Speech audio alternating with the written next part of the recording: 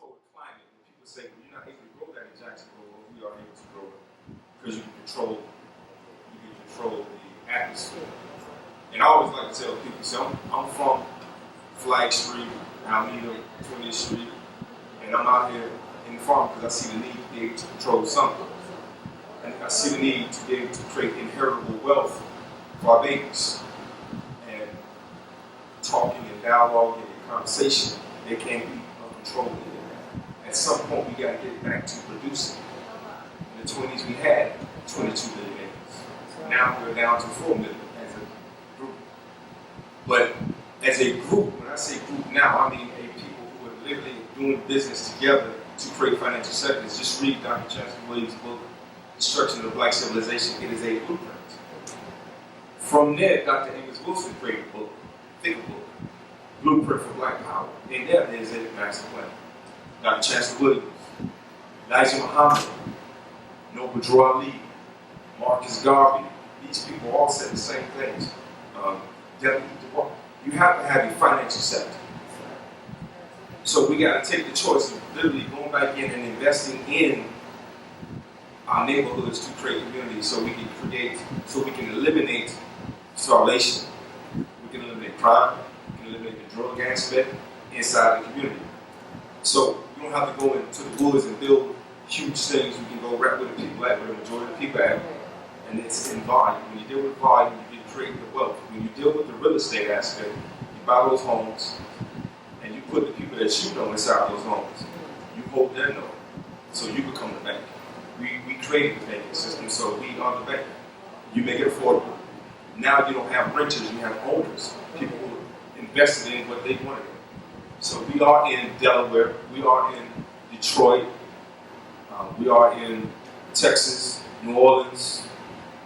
Getting ready because the sister was donating 7 acres to us in Georgia and I do believe Alabama. So we're looking at by January to have 20 more. We call it Moore's Eastside Farms. And so with that, we're going to close out, and you can go to our website, urbangeoponic.org, and you can see our effort, or you can just come to the east side if you want to put in some time and volunteer, see what we're growing, see what else we're doing. It's not like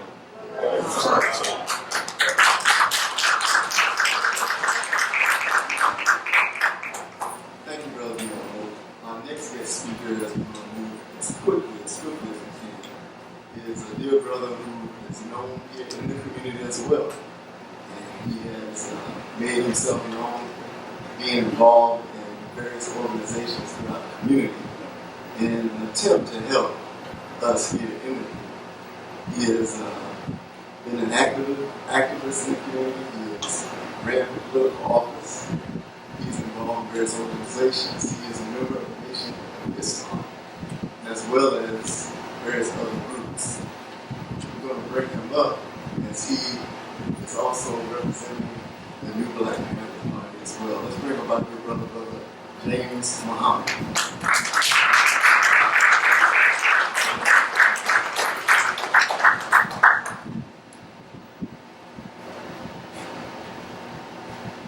First of all, I'd like to extend the name of Allah, blessed and merciful, all praise to Allah in the world.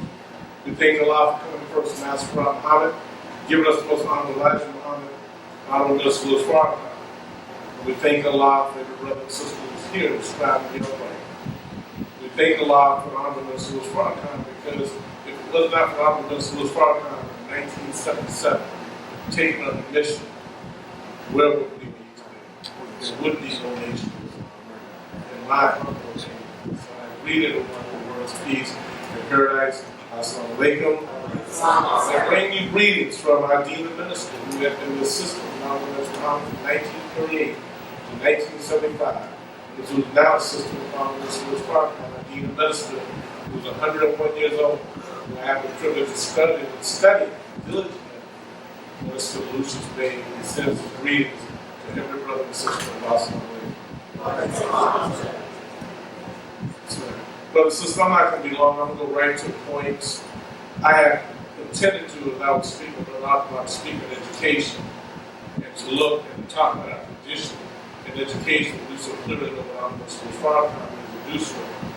But I tossed those notes aside I believe that one of the most important things we can do is speak to our people, speak to the spirit of our people. This room is full of people who we call ourselves believers. We call ourselves Muslims. We call ourselves children of God. But the question has to be asked, how can you say you love God and never sin and hate and mistreat your brother and sister that you see every day? It is impossible.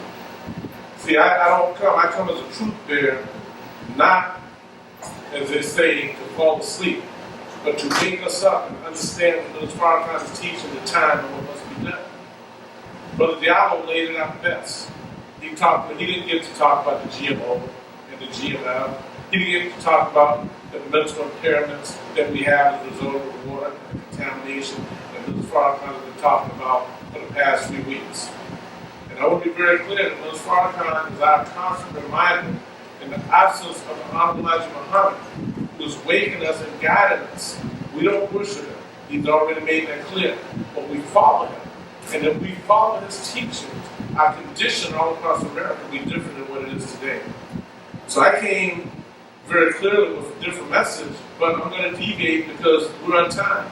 Ms. Farrakhan is going to speak at 7 o'clock. We all have a diligent obligation to be and to hear the time and what must be done.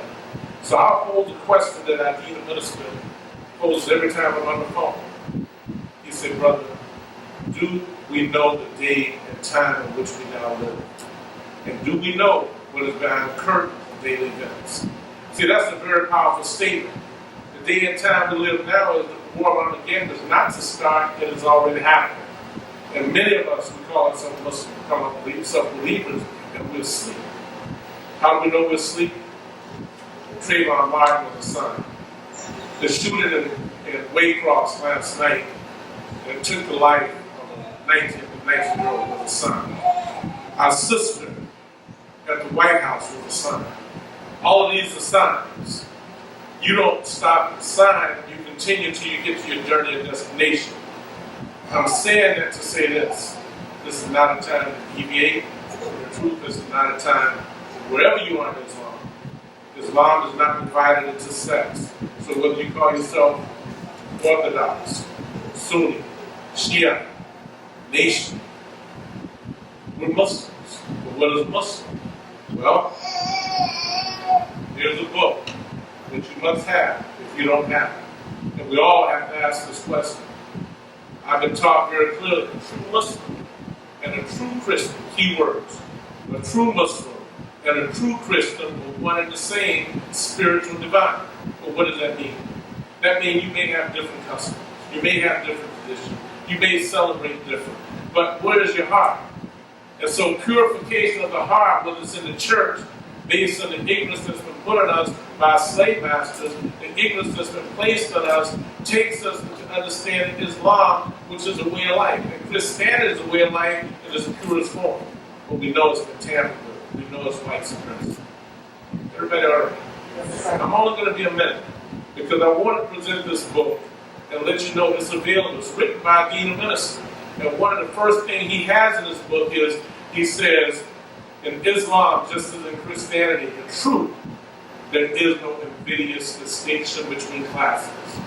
That means what Surah 114, which I was looking at before I came up here, and was thinking, as it says, give me a second. The believers are those only who believe in Allah and His Messenger, then they doubt not, and struggle hard with their wealth, as what Brother Diallo was talking about, they struggle hard with their wealth and their lives in the way of Allah. Such are the truthful ones. See, a Muslim is a righteous person. It don't matter whether you're in the mosque or in the church, you're a Muslim. There are people that know they're Muslims, not like Muhammad taught us, and they don't know they're Muslims. Everybody understand? That's very important to understand. It's not the ritual, the custom, the tradition, the practices, it's how we treat each other. If I mistreat you, I cannot possibly love God. Think over that. If I mistreat you, brother, I cannot possibly love God. How can I say love God who I never see and mistreat you every day? So the Honorable Mr. Farrakhan has told us to remember 114 in the Holy Quran is called the men. Say, I seek refuge in the Lord and the king of men, the God of men, from the evil whisperings of the slinking devil who whispers into the hearts of the men from among the jinn. Well, what are we whispering? What are we whispering? Gossip, slander, backbiting. We find reasons not to. So when Brother Dowell was talking, he's talking about unifying, but we must be, as Elijah Muhammad said, brothers first. So I'm going to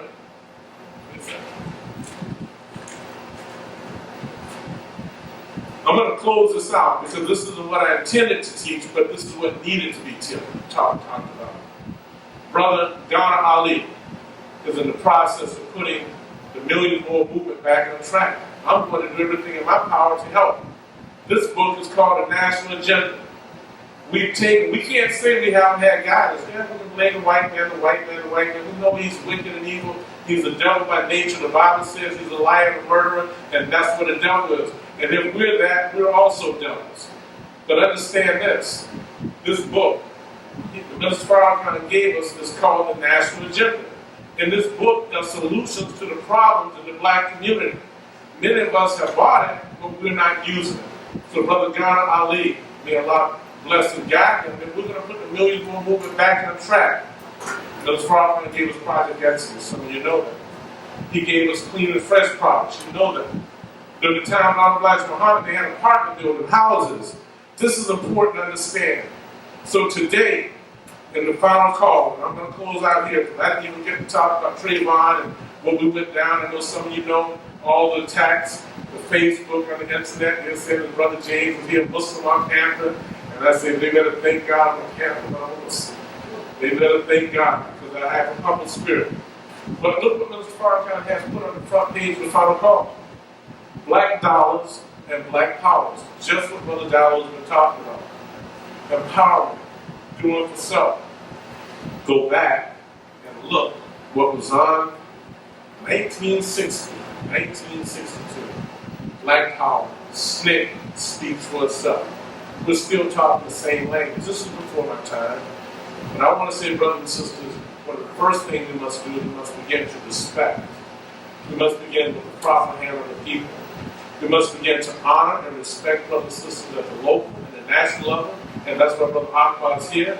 And I thank Allah he's here as an international representative that he can yield light into darkness. And I'll say it again. The message comes from our Dean of Minister. He asked the question, do you know the day and time in which we now live? And do you know what's behind the curtain? There's a curtain. There's a shutdown in America. Some of us are waiting on paychecks. Some of us are waiting on wealth. Some of us are waiting on... Do you know what's behind that? Do you know what's behind the killing of our babies? Do you know what's behind the GMO, the GFF, the GMO, and the GMF, the poison, the depopulation? I don't know if you know this. It has always been the intention of Europeans and Caucasians from the triangular trade through the Middle Passage, even when slavery was in France and Italy and places long before America, it has been the extermination and the genocide of black people. We have to know who we are. And if you don't know who we are, I ask you to dig into these books, dig into some of the books that Brother Dowell mentioned, get the message of the black man, get Our Savior Has Arrived, get the book The Fall of America, get the books, dig deep, get one of the most important books, Minister Farrakhan, The Torchlight for America. You've got to dig in. May Allah bless us to unify, let us be strong in spirit. Let us find a way to keep ourselves positive and upbeat. If I said anything improper, please feel free to quote unquote. But understand, we must be brothers and sisters first. And we can never say we love God and mistreat each other. It's impossible. Assalamu alaikum.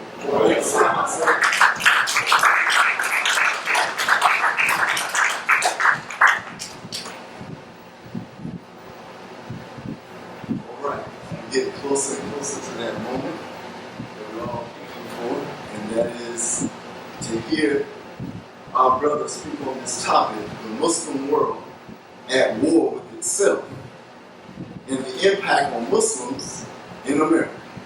Before we bring our brother up, we thought it would be only proper to allow our brother to have just a few short words that is over this house. Our dear brother Imam Omar Sharif, if he could just come up and and just share a few brief words before we bring up Dr. Akbar. Bring him over.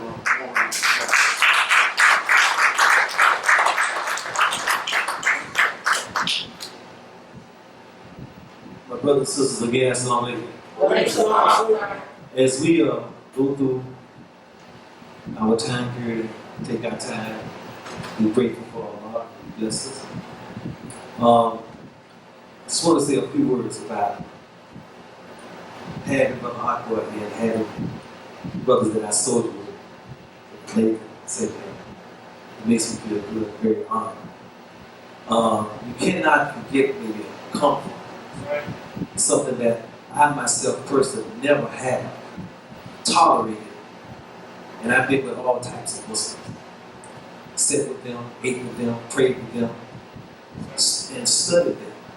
And studied that we have to be very, very careful when we do make a transition, that we don't go back to sleep. Very dangerous. I think Mr. Farrakhan says that when you sleep, you're on horizontal. You're dead. So it's easy for us to go back to sleep. And you can be walking in this body, but you're mentally dead because we have adapted other people's cultures. That's dangerous. The Honorable Elijah Muhammad, may he rest in peace, and Allah forgive him for his sin and mercy on his soul. And also his son, Imam Working Muhammad. They were very, very careful about that. Imam Muhammad used a lot of strategy in trying to galvanize his people, but at the same time, wanted us to maintain our own culture and values in which the Honorable Elijah Muhammad gave us. I was one of the ones that didn't throw the baby out with the bathwater. Very, very hard for immigrant Muslims to deal with me because of the fact that I studied both sides. Allah bless me. I'm grateful for that. And I was telling Brother Akbar Muhammad, and I repeat this, that he was one of my mentors when I was getting tapes, when we couldn't get tapes from New York City. Then they said, well, I told them, I said, well, who speaks? They said, well, you know, they got somebody to speak. They said, well, send me what you got. We were so hungry for knowledge. And I remember Brother Howard, not Brother Howard, but Brother Kala. We would get those tapes, go to my house, we'd stay up at night, and listen. This is one of the brothers there. I heard it. So I'm grateful and I'm thankful to Allah for that. And I pray that most of us, whenever we grow, as Allah says in the Quran to Muslims, that He created you that you may grow like a plant, not standing still. You can't hit a moving target. So I don't like to talk about what I have did. I always believe this. If you move into an area, you take the area. Don't just put a masjid there. Move your community there. And from downtown to Springfield, God has blessed the Muslims. I'm going to say it again. Allah has blessed the Muslims in Jacksonville, Florida. You got Brother Mark in Springfield. Main Street is considered Springfield. You got us in Springfield. So what has happened? Allah has put Muslims in the center of Jacksonville, Florida. The only thing we have to do is galvanize our unity. Come together, put aside the differences. We have brothers that are Afrocentric thinking, feel that we should pray. Don't give up that. Your ancestors prayed for you and I to be sitting here today. Anytime you stop praying, you disarm yourself. And see, that's one of the signs of Satan. His job is to hinder you for the remembrance of Allah. So long as you keep the remembrance of Allah and you pray at night, Prophet Muhammad said this. He said, pray at night when others are asleep, and you will go to paradise. So when you get up at night and you make your prayer, that's between you and God. I think Isa bin Maryam said it. He told his disciples, pray. Be on your post and watch. When he came back, the disciples were sleeping. They disarmed their post. So dear brothers and sisters, again, I'm grateful. I thank Brother Mark and the Nation of Islam for being present in this house. This is his house. Okay? I I mean, on Friday, we call him Brother Imam. You call him Brother Minister. We call Brother Mark Brother Imam. So again, I thank you, brother and sister. As-salamu alaykum.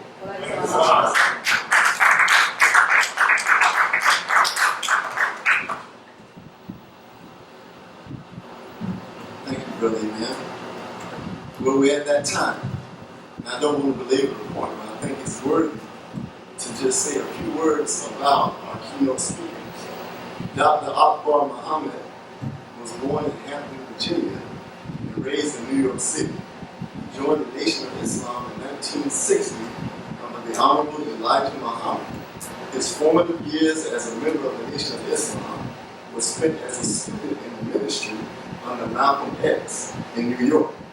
In 1974, he was a primary organizer of Black Family Day held on Randall's Island in New York City. The event drew some 70,000 people. Dr. Muhammad relocated to Chicago where he served as a special assistant to Imam Warith Muhammad and made his first trip to Europe, Africa, and Asia. Since 1982, he has worked as an international representative of the Nation of Islam and is regarded as one of the most knowledgeable individuals on the life and works of Minister Louis Farrakhan, the history of the Nation of Islam, Malcolm X, and issues affecting the African continent. Dr. Muhammad has traveled to 128 countries, including 38 African nations, and has lived in Ghana, West Africa. He is known worldwide by many African presidents, heads of states, and Muslim leaders. Dr. Muhammad has been instrumental in organizing humanitarian efforts in various parts of the globe, which included galvanizing African American physicians to work in remote clinics and hospitals in parts of Africa and leading press delegations to hotspots around the world. He organized an all-African American press delegation to the Sudan on a fight-finding mission, and through his efforts, BET and TV1 had exclusive one-on-one interviews with His Excellency President Omar el-Bashir. Dr. Muhammad dedicates his time to speaking and encouraging others to travel, work, and do business in Africa. Over the years, he has accompanied and arranged to travel to Africa for thousands of experienced and first-time travelers, including notable celebrities, major sports figures, and influential civic and business leaders. Dr. Muhammad's extensive work in travel in Africa are reflected in his column, Africa and the World, which is published in African American newspapers nationally. He is a recipient of an honorary doctorate degree by the Global Evangelical Christian Seminary at the University of Alabama. He is the founder of Youth for Africa Foundation, a nonprofit organization based on the belief that young blacks in the diaspora are due a personal journey back to Africa to gain a historical perspective that connects past, lost, cultural traditions to present life choices. He believes taking young people to Africa can make a difference. The Africa experience will aid our youth in understanding their purpose, inspiring fundamental discussions, and sharing positive self-images. Brothers and sisters, without further ado, I want to bring up to you our dear brother, our dear friend, our dear brother who's an international representative of the Nation of Islam, Dr. Akbar Muhammad. Bring him over to the applause. Allahu Akbar. Allahu Akbar. Allahu Akbar.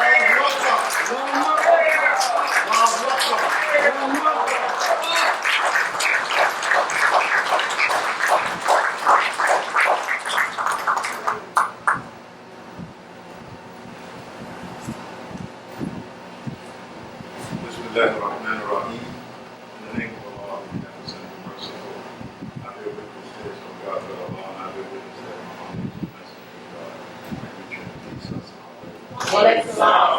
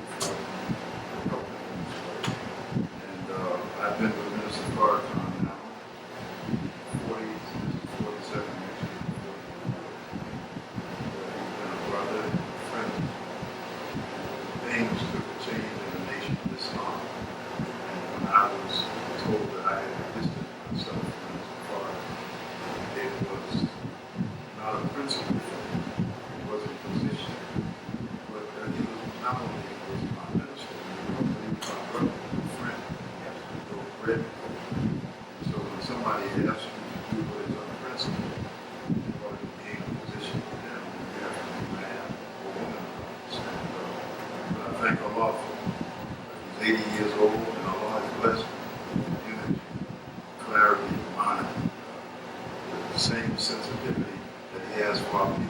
He's a young 30-year-old, but he is a beautiful brother. Before I start my talk, I just want to share with you what happened last week in New York. When the UN opened, the new president of Iran invited Minister Farrakhan to a dinner. And being his ambassador to that part of the world, he contacted me and asked me with Minister Farrakhan accepted an invitation to meet with the new president. So I took it to the minister and he accepted it. It was a small dinner. Years before, when Ahmadinejad was the president of Iran, he had groups of people who come, big audiences of activists, people who had no religious preference, Christians, Muslims, and they would all get together. He would deliver a talk, and he would hear, before he talked, he would hear from everybody basically in the room, or the leaders that were in the room. But this time, the new president of Iran, he took a position to invite only religious leaders. And the religious leaders that he invited was a very small group. And when we walked into the room, because we had dinner before prayer, and then we had prayer, and then the president came in. But when the minister walked in that room, and the brothers from all different Muslim communities, in the room were some brothers who are indigenous Muslims, black people who have accepted Islam. And then there were religious leaders from the Arab and the Shia Muslim communities of America and other communities. But the way that they welcomed the minister, and the way that they honored him, we sat next to the leader of the Iraqis in Detroit, and where they built this new beautiful mosque in Detroit, mainly for the Lebanese and the immigrant Muslim community. Some of our brothers and sisters go there. And he sat next to the minister, and I was on the other side. And he said, I want to tell you, Minister Farrakhan, that you not only are an inspiration to your people and your delivery, but you are an inspiration to us. We listen to you all over the world, and you inspire us. Now that touched me deeply, because when he walked in, they didn't say, we got a difference with you, what's your Aqidah? Explain to me why you're called Elijah Muhammad, messenger of Allah. Explain this master Farad Muhammad. Not one asked that question. The only ones that I found in my travel that asked that question are those who came out from under the experience of the Honorable Elijah Muhammad. And they're always challenging the Nation of Islam. And it's a tragedy, because this leads into my subject today. I go to prisons to speak. I was in Attica, and one of the brothers took me to Attica. And you know, I mean, I've traveled throughout the world. That bio that he read of me is not quite up to date, and I'm going to ask my assistant, Brian, to make sure you're updated. Because I'm proud that I've been to 144 countries now in the world, and 44 of them on the African continent. And that, it touches me deeply, because if I was not a member of the Nation of Islam, and did not join when I was 18 years old, I would have never seen the world. I would have probably been in a prison or in the streets of New York at my age trying to find out where my next meal is going to come from. But Allah blessed me to hear Islam. I got a brother here who used to work with me in the early 60s.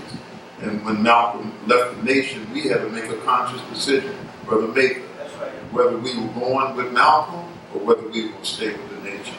And it was Malcolm that kept us with the nation. When Malcolm said to us, I don't care what you see somebody else do, you stick with the Honorable Elijah Muhammad, he's the man. And when Malcolm said that's why tons of brothers just didn't leave the mosque. We all loved Malcolm. We looked up to him, his brilliance, his ability to get into the hearts and souls of people, his ability to organize and send young brothers out. And whatever they knew, he said, teach what you know. That's all you have to teach. You don't have to be a rocket scientist. You don't have to be somebody who went to the great Islamic universities in Saudi Arabia or Syria or the Emirates or Kuwait. All you have to do is teach what you know, because our job is to redeem our people from the mess that white America made up. And Malcolm was on that case, so we loved it. But when he left the nation, he told us to stay with the Honorable Elijah Muhammad, and we belong to an organization that obey the leaders that are in front of us, and that was his last instruction. So I know that many of you may have read, Brother Brian, could you give me a copy of Dr. Manning's book for a minute? I know many of you may have read Dr. Manning's book, and it's a strange case of the book because he worked on it almost 12 years. He called me one day and he asked me could he get an interview with Minister Farrakhan. And Minister Farrakhan must have given him, I gave him 9 hours, and Minister Farrakhan probably gave him 12. And so he put the book together and everybody condemned it and talked about it. And he made some logical deductions that I may disagree with, but he didn't spare anybody in his critique. And sometimes people don't know how to handle critique. You think every holler is against you. But sometimes people critique you so you can look at what you're doing and turn it over and maybe you can do it a better way. And you have to understand that everybody that critiques what you're doing or what you lay out is not your enemy. You know how people throw around, and I came up in the Nation of Islam. Oh, he must be a hypocrite. See, and that's your excuse so that you can end the argument that you may not have the intellectual capacity to deal with the person. So the first thing you do is condemn him as a hypocrite, and I'm not talking to him. No. So in this book, now I like the book in terms of certain parts of it. He didn't spare Marcus Garvey. He didn't spare the Honorable Elijah Muhammad. He didn't spare Minister Farrakhan. And the man he wrote about, he didn't spare him either, Malcolm X. He critiqued him. Dr. Manning, unfortunately, he died 3 days before the book came out. But he was a Marxist. And my brother was talking about people who don't pray. Marxists have a set of beliefs. Many of them are atheists. Some black Marxists are agnostic because even though they're Marxists, they believe in a power more supreme than themselves. And when you study, you look at the beauty in the creation and the universe, and you wonder, say that, is this the handiwork of a man? But this is a power more superior than you that put this together. So he being a Marxist, he didn't have no love for religion, but I watched Dr. Manning in that chapter that he has here on religion. I watched how he had to study Islam and the power of Islam in our life. When I was a young Muslim, Malcolm used to quote a book called The Rising Tide of Color. And because we talked about it so much, they reprinted it by Starr, a British man. And in it talks about the different people, because the color race, as they called it at that time, and that goes from the Chinese to the black man.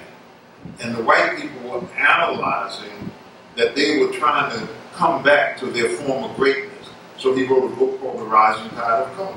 And in that, when he gets to the black man, there's a section in there, and if you can get hold of the book, you read it for yourself. It says, Islam seems to appeal to the militant nature of the black man. Now, I'll take away the militant nature of the black man. Islam appealed to the black man coming to order, because military represents order. And so he writes about it in the book. But Dr. Manning in this book, he covers Africa better than any other writer.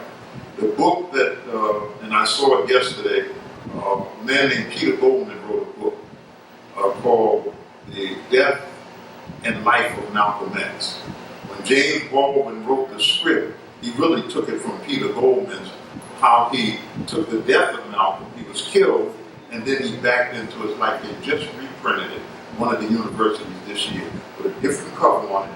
A beautiful picture of Malcolm when he was in the Nation.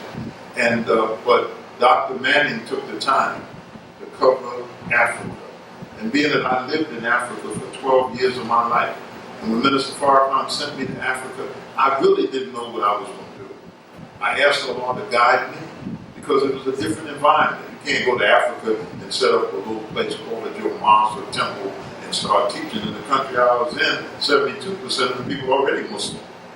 But their knowledge of Islam and what we have learned in the West, maybe some of their scholars know, but what we learned in the West is much in depth, more in depth than some of the brothers who were just born in Islam and take their faith for granted.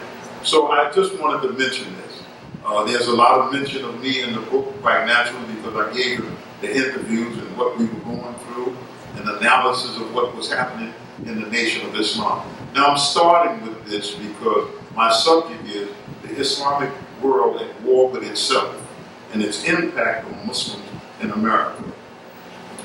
We can start with what happened in Kenya recently. Think about how the Western world and the religious leaders of the Western world, in particular the Christians, view what happened in Kenya based on how it was presented to you in the news. Just think about that for a minute. And you would wonder, is there any people who would say that maybe it's not reported right? Maybe there's another problem with it. But most people would say that those terrible Muslims.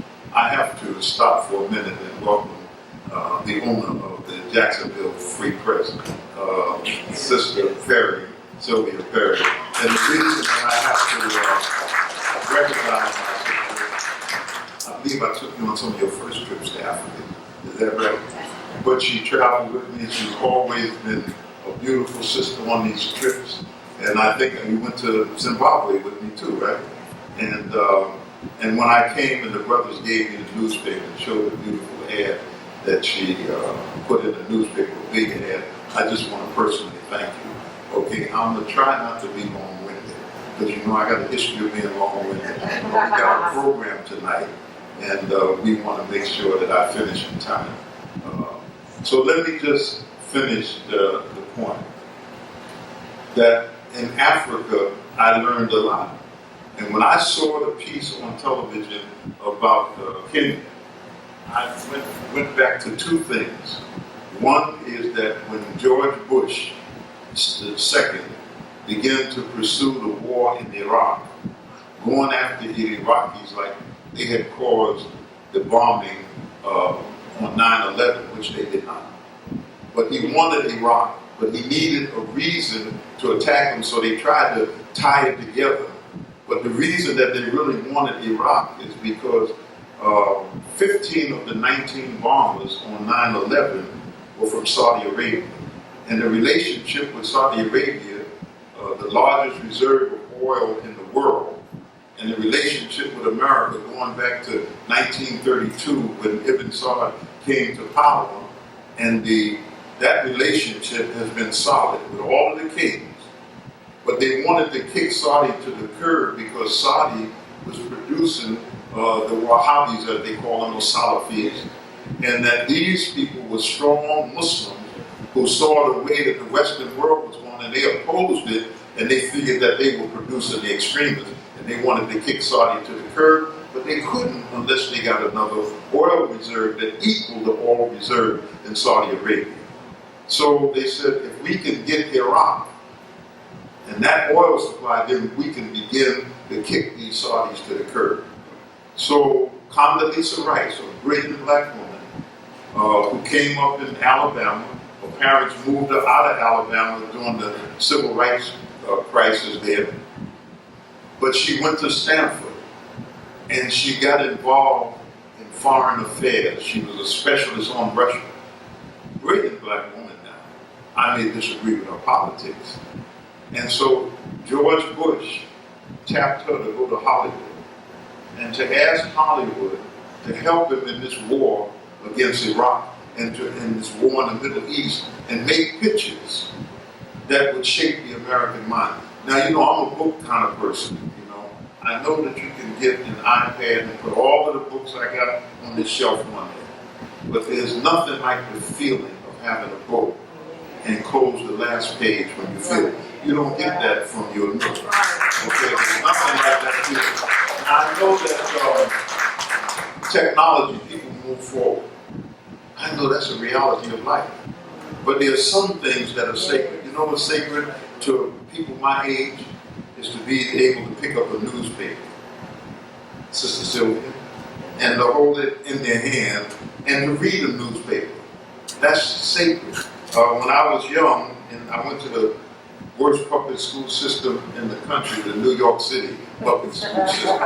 I'm a victim of that system, okay? But I was in the 8th grade, And my teacher taught me how to read the New York Times, the importance of the Times. How you need to, if you're a businessman, whatever you do, you're a politician, you should read the newspaper every day.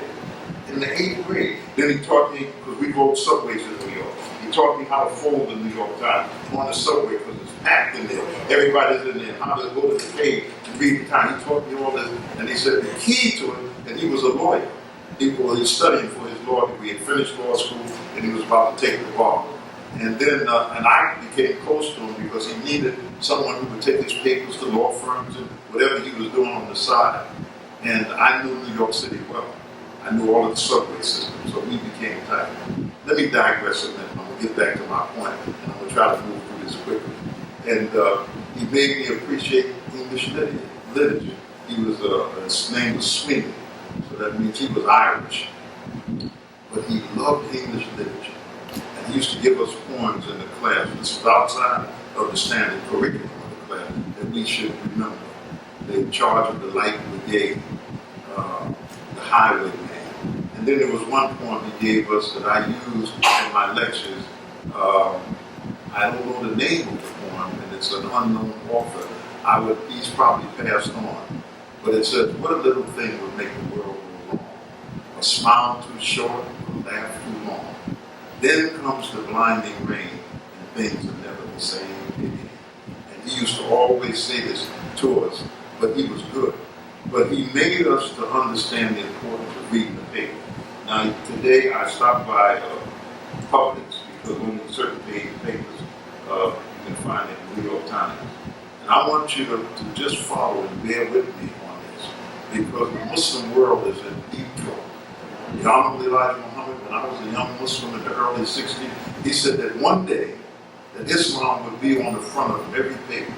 Now, in my understanding of that, I was thinking that he was talking about the Nation of Islam. We're going to be in headlines every single day. He said this in the papers, and it stuck with me. And after 9/11, and right before 9/11, I realized that every time I opened the newspaper, there was something pertaining to the Muslim world. Muslims were talked about, and so forth. One of my lectures I used to deliver all the time was about Vietnam, because I grew up in that period. 58,000 young Americans lost their life in Vietnam based on a lie that was told to the American people. It divided the country. Some of your fathers were in that war. Some of the homeless that you see in cities across America came out of Vietnam and they could never get themselves together again. All kind of problems that they are still suffering from. Colin Powell said it bad when Bush began to go into the war. Bush went into Iraq. He said, "Are you sure you want to do this?" I think it was the second one. He said, "If you break it, it belongs to you." He said that war is nasty. I've been there and I know that. And war is. Because not only is it just killing an enemy, but you're damaging the mind of the individual. And I was about to say I'm a book person, and I love books and literature. I just love it. And I thank Malcolm. Because Malcolm, and I got a witness right here, that Malcolm never went to the rostrum unless he had a book or referred to a book. That was the way he taught. And remember, he was self-learned, but he had this love of books, and I ended up in 1963 selling books. And I do that to this very day. But the thing is that I was looking at a book, it's called War Without Mercy. I wish I had a copy. And it so happens I'm going through the book, and I see that the Honorable Elijah Muhammad is mentioned. And it's about World War II. And in it, they were talking about how this Japanese named Mr. Takahari went to the black community to keep young black men from going to war to fight Japan. And this is before the war really broke out fully with Japan. But there were many of us in the military. My father was in the military. He was in a segregated army. And my father fought in that war on behalf of America when we had no justice. And so in my lectures over the year, I used to teach about Vietnam. Because Martin Luther King, wrote one of the best speeches on Vietnam. And he delivered that speech 1 year to the day before he was assassinated. And if you take time to go on King's speeches, you can get the audio of it or you can get the written copy. where King talked about the war. It was Kwame Ture, who had become a nationalist and a Pan-Africanist, who was hammering Martin Luther King that you talk about morality and what is right, then you got to speak against this immoral war that America is engaged in Vietnam. And all of these young black men who were in that war, drafted, and those who joined from the rural South and whatnot, no idea of what was happening politically in Vietnam. They didn't understand it. Who was fighting? All America told them was that the communists are about to take Southeast Asia over, and we must stop them there, otherwise America will be next. Don't that sound like what they told you about Saddam Hussein? Yes, a black man stood before the UN named Colin Powell and spent a fantastic lie to the entire world. That Saddam Hussein was a threat to the world. He had nuclear capability when they knew he did not, but they wanted that oil. They had to knock him off so they could deal with Saudi Arabia. And to this day, it's in chaos, and they still don't have the oil from Iraq that they want. But he told the world that lie. And in order to get us engaged in it. And so Vietnam was the same thing. Today, in the New York Times, General Gap died. And those brothers who were involved in the struggle in the Battle of Algiers, when I was a young man, that were sources of inspiration, we talked about General Gap because the French warned America. The French were defeated at a place called Bien Phu Phu.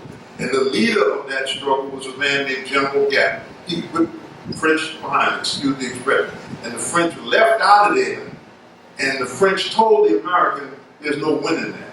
Because when the people are determined to be free, and you are determined to enslave them, imprison them with cultural imperialism, where your way of life tries to dominate their way of life, they will fight to the death. And so in Vietnam, the way that America saw it, we fought to a stalemate. No, you got your behind with it. And you were running out there. Go back and look at the footage of the helicopters taking off and people trying to hang on it to get out of there. And all of the Americans, they punching and kicking them, running out of Vietnam. They lost the war in Vietnam. But that's not a terminology that they use.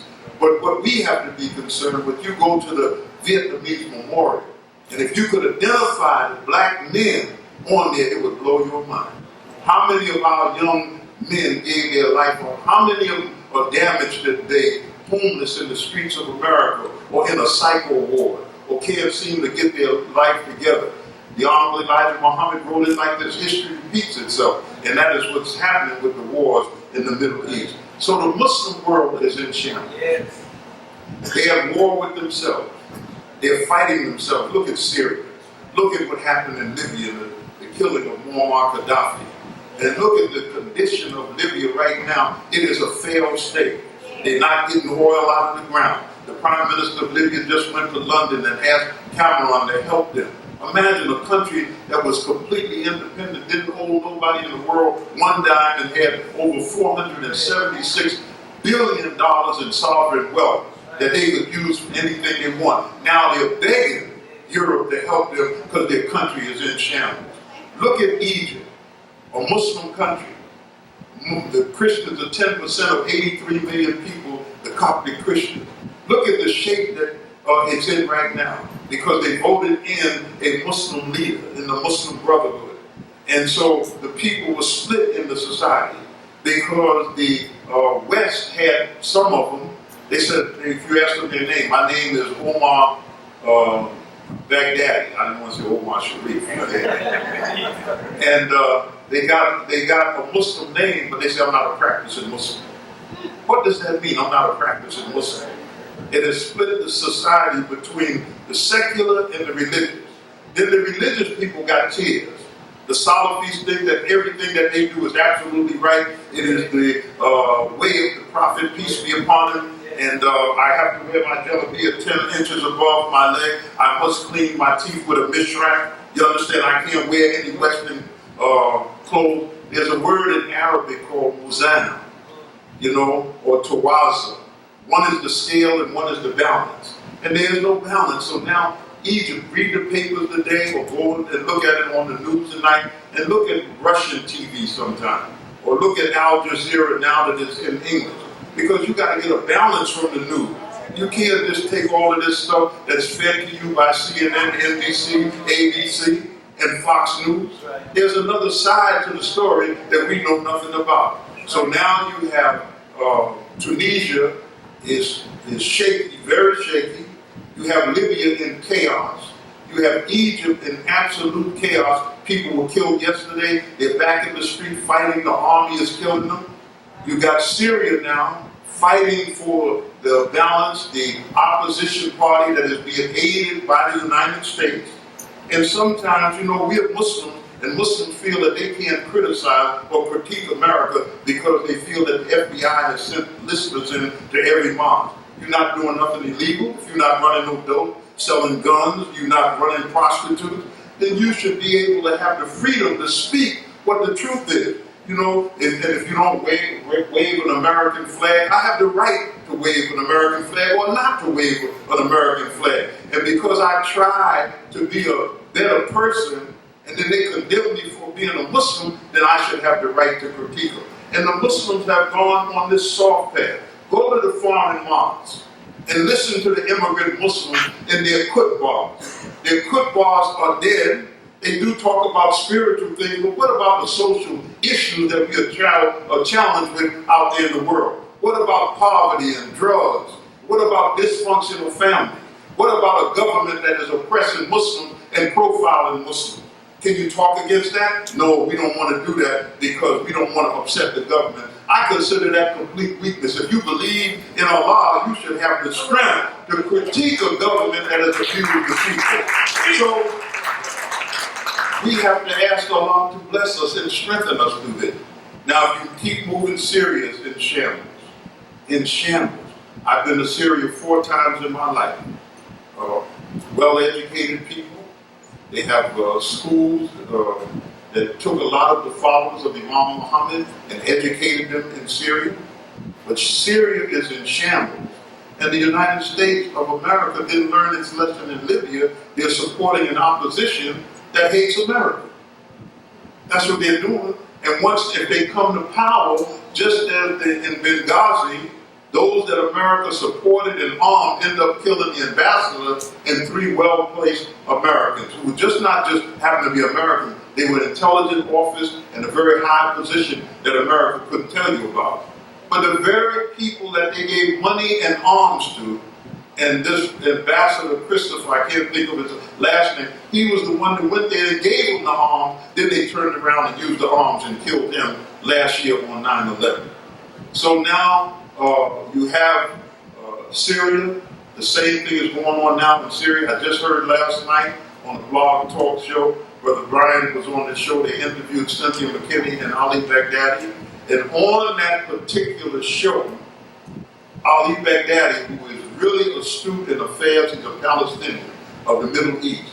He started working for the Honorable Elijah Muhammad in 1967. He wrote the Middle East column in Muhammad Speaks, and that's been his cup of tea. He's been in America 41 years, and he's always been struggling for his people in Palestine. He said on the show today that they brought those people there and showed them to the world that these are the people that were gassed by Assad of Syria, and Ali said it's an absolute lie. Because they were hoping, the opposition against them was hoping that this would be the red line that Barack drew, and that Barack would go in and attack and create another failed state by putting that country in shambles, just like Iraq and other countries. So now you have this case where the Muslims are at war with themselves.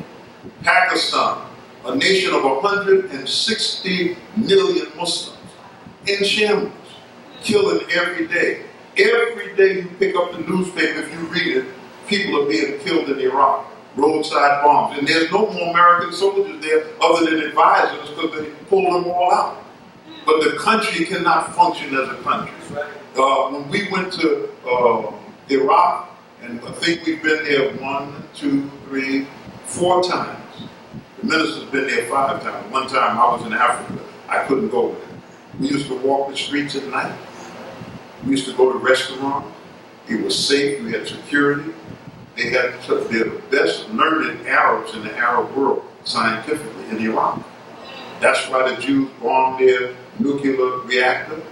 That's why, and if you want to read what I'm saying, if you want to fact check Akbar, get a book called My Way of Deception by Victor Ostrovsky. Been around, it was even banned in America. Imagine the Zionists had enough control in the book industry that you couldn't buy by way of deception in America. It's a book. When did a book become a threat unless the book is telling some truth? This is that points out the wrongness of them. So the book, by way of deception, Victor Ostrovsky, in that book they said how the Jews would go to the Zionists, because all Jews are not bad, but them Zionists, they have a design on the entire Middle East. The Zionists would go to them and make an offer to them. And they would try to make an offer that they couldn't refuse. Either you capitulate and come over to our side, or we will kill you. And in the book it showed the one that was killed in Paris and other places. These were nuclear scientists produced in Iraq that they killed. So then I'm moving across the world. So Iraq is in shambles. I went to Iraq the first time in 1983. And matter of fact, Brother Brian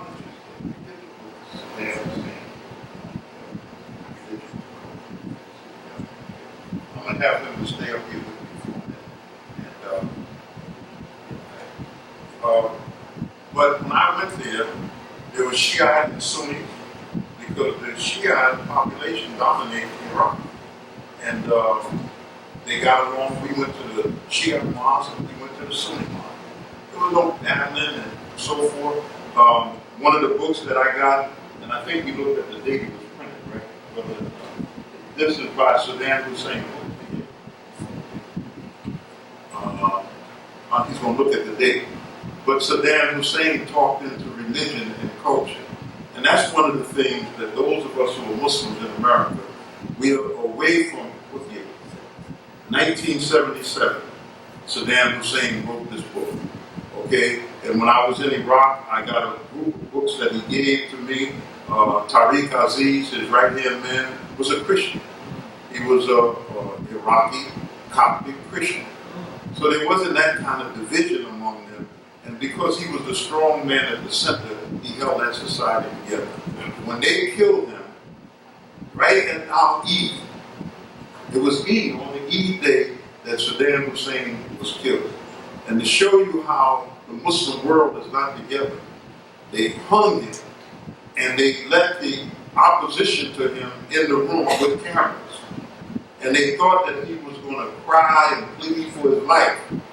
And he did his shahada, and they were taking pictures of him, and he said, if you go to hell. And then they hung him.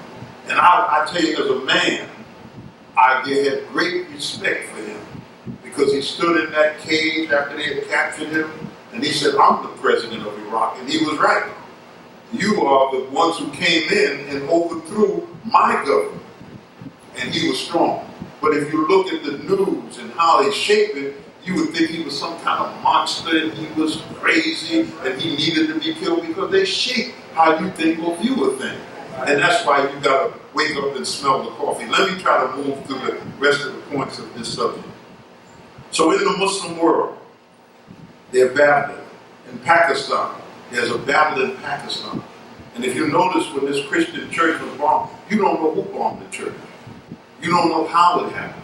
We went through the COINTELPRO, those of us who came through the struggle. And we knew that the FBI created what was called a poison pen. And get a copy of COINTELPRO and you'll see it. Like a brother is involved in the struggle, they'll send a letter to his wife, as they did with Martin Luther King. See? The FBI sent a letter to his wife to tell him that he's doing something that is not proper by you, sister.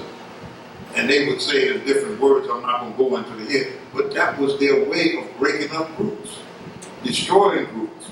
The leaders accused of sleeping with some of the women within the group. And she got a husband, and her husband gets a letter from them. That way you destroy the fiber of the movement. And the mosque, we have to be careful of the same thing. You know, we walk around all holy and everything, but is that same action going on? If it is, the enemy will use it to say that these Muslims who proclaim righteousness their belief in Allah, and they practice the principle of the Sunnah of Prophet Muhammad, where he gives you guidelines of what you should and should not do. We receive those same guidelines in the Nation of Islam called the restrictive laws. But within the movement, there are people who will violate it. Some of them are just weak, but some of them, the enemy uses their weakness against them because he said he will make it manifest. This is how he does it. Look at Jesse Jackson Jr. He was doing something. Do you know that they had him wearing a wire? Does anybody in here know that? Sure. When they found out what he was doing, that means that if you engaged in wrong, and they said, we'll embarrass you. And then you want to know, what can you do? You can wear this wire. I know it because they tried it on me. When I was arrested by the FBI, they came to my house, took all of my books and my papers and everything. I pleaded with them on my front lawn to let me have my pictures. I had pictures going back to 1960. And I said, there's only a picture. And they went into a little huddle in the conference. They took some out, the pictures that I had with Gaddafi and other things. But they gave me my pictures back. But when they finally tried to say, we got 23 counsel, the counsel was, well, you got 3 names. You were born Mr. Prescott. Brother Larry X. Prescott. You'll see it in the book, so I can tell you that. Then you became Kareem Aziz. And then you became Akbar Muhammad. And you got credit in all of those names. They laid out a long sheet, almost as long as this table, that showed that I had perfect credit. I wasn't deceiving nobody. I had platinum card and everything, I wasn't trying to use a credit card and different name and rob somebody. But let me tell you what they did. I don't know how I got there, but the Muslim world at war with itself. And then they laid out a sheet. Now they know I'm Muslim. They know that I've been in the Nation of Islam most of my life, adult life, since 18. And so they laid it out. They said, you get 25 years for this, maybe more. I called on Allah. I can't say that I wasn't nervous, but Allah didn't allow my hands to shake. And the balls of sweat were rolling off my head because that happened, And I had to think on the words of the Honorable Elijah Muhammad, of who I was dealing with. And so finally, they met with me 3 times. I had my lawyer sitting next to me. They said they took a poster. And so when we record this, and it gets back to them, they'll be after me again. They took a poster and they slammed it on the table. It said $1 million reward for Asada Shakur, Joy and Chestnut. They said, I'll tell you what, Mr. Muhammad, you help us with this and we'll make everything go away. And at that time, I was 67 years old. And I said, you got the wrong person. I will rot in jail and die in jail before you turn me into a snitch against our people, especially those who Then I told her, I said, this young lady and I grew up in the same neighborhood. I know her family and her people. And they said, well, when you go to Cuba, do you see her? I said, I certainly do. They said, well, what do you talk about to her? I said, we pray together. So that's what I did. And I relied on Allah. And I'm standing there as a witness. That so when they took me to the court, the million-man march is what probably saved me from going to jail. Because the judge was a black man who had went to the million-man march, and Minister Farrakhan was sitting in the court. So they gave me 5-year probation. And recently they took me off because of my good behavior. But I'm saying that to say that the enemy will try it. And that's what he's doing to the Muslim world. So now, young people who you're supposed to be doing your dollar work, we called it fishing. And now in our communities in America, and I shared this at the Cook Bar yesterday, I believe, or on the radio or something yesterday, but we were taught to go after our people.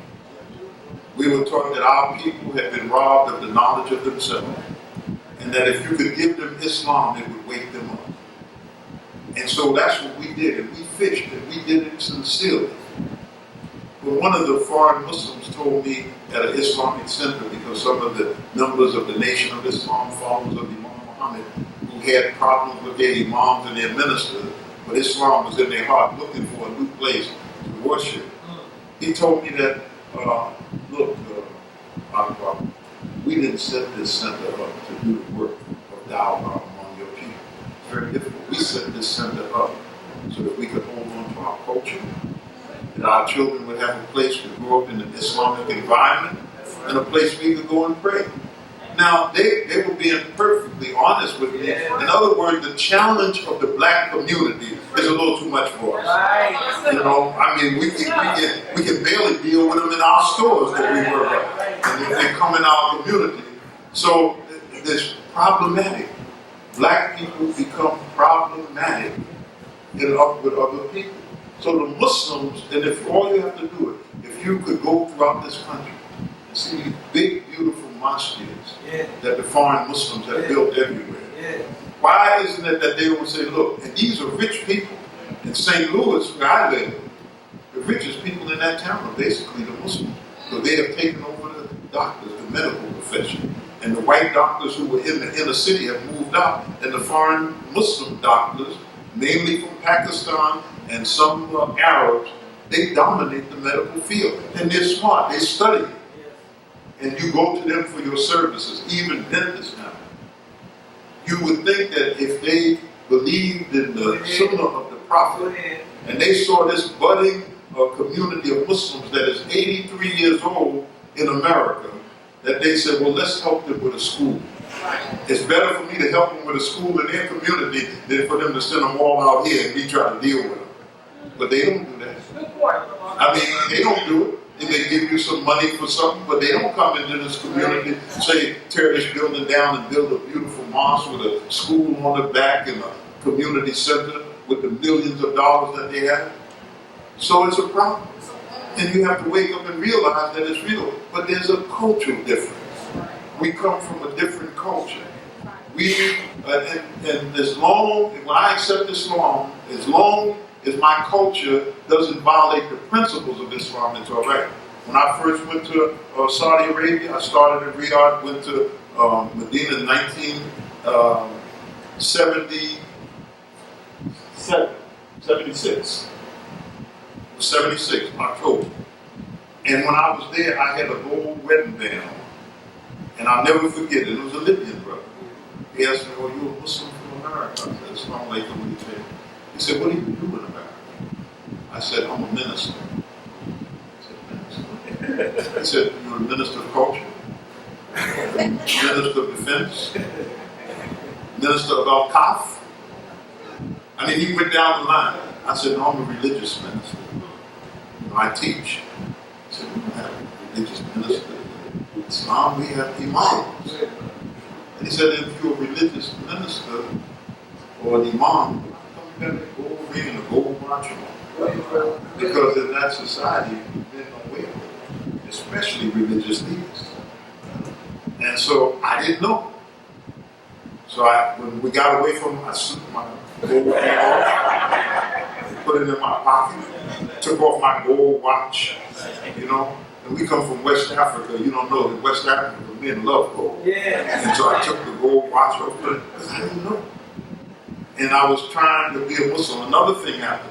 We all were in this place and we were eating.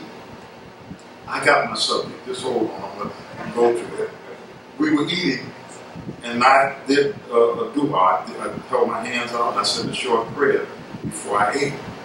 And one of the brothers said, what do you do? I said, I'm praying. He said, we're Muslim. He said, Bismillah, and we eat. When I got back, I really thought about it. So while I was there with them, you know, they served the food. I said, Bismillah, and I ate. But there's a cultural thing.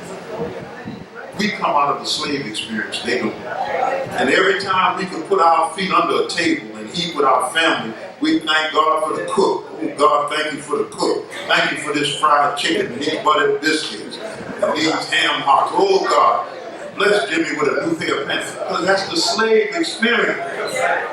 Now, that's no contradiction in Islam. You're not saying I'm not following the sunnah. That's our culture. And so you're speaking from the base of that culture. I'll never forget, we were talking about the word imam and minister. There's nothing wrong with imam.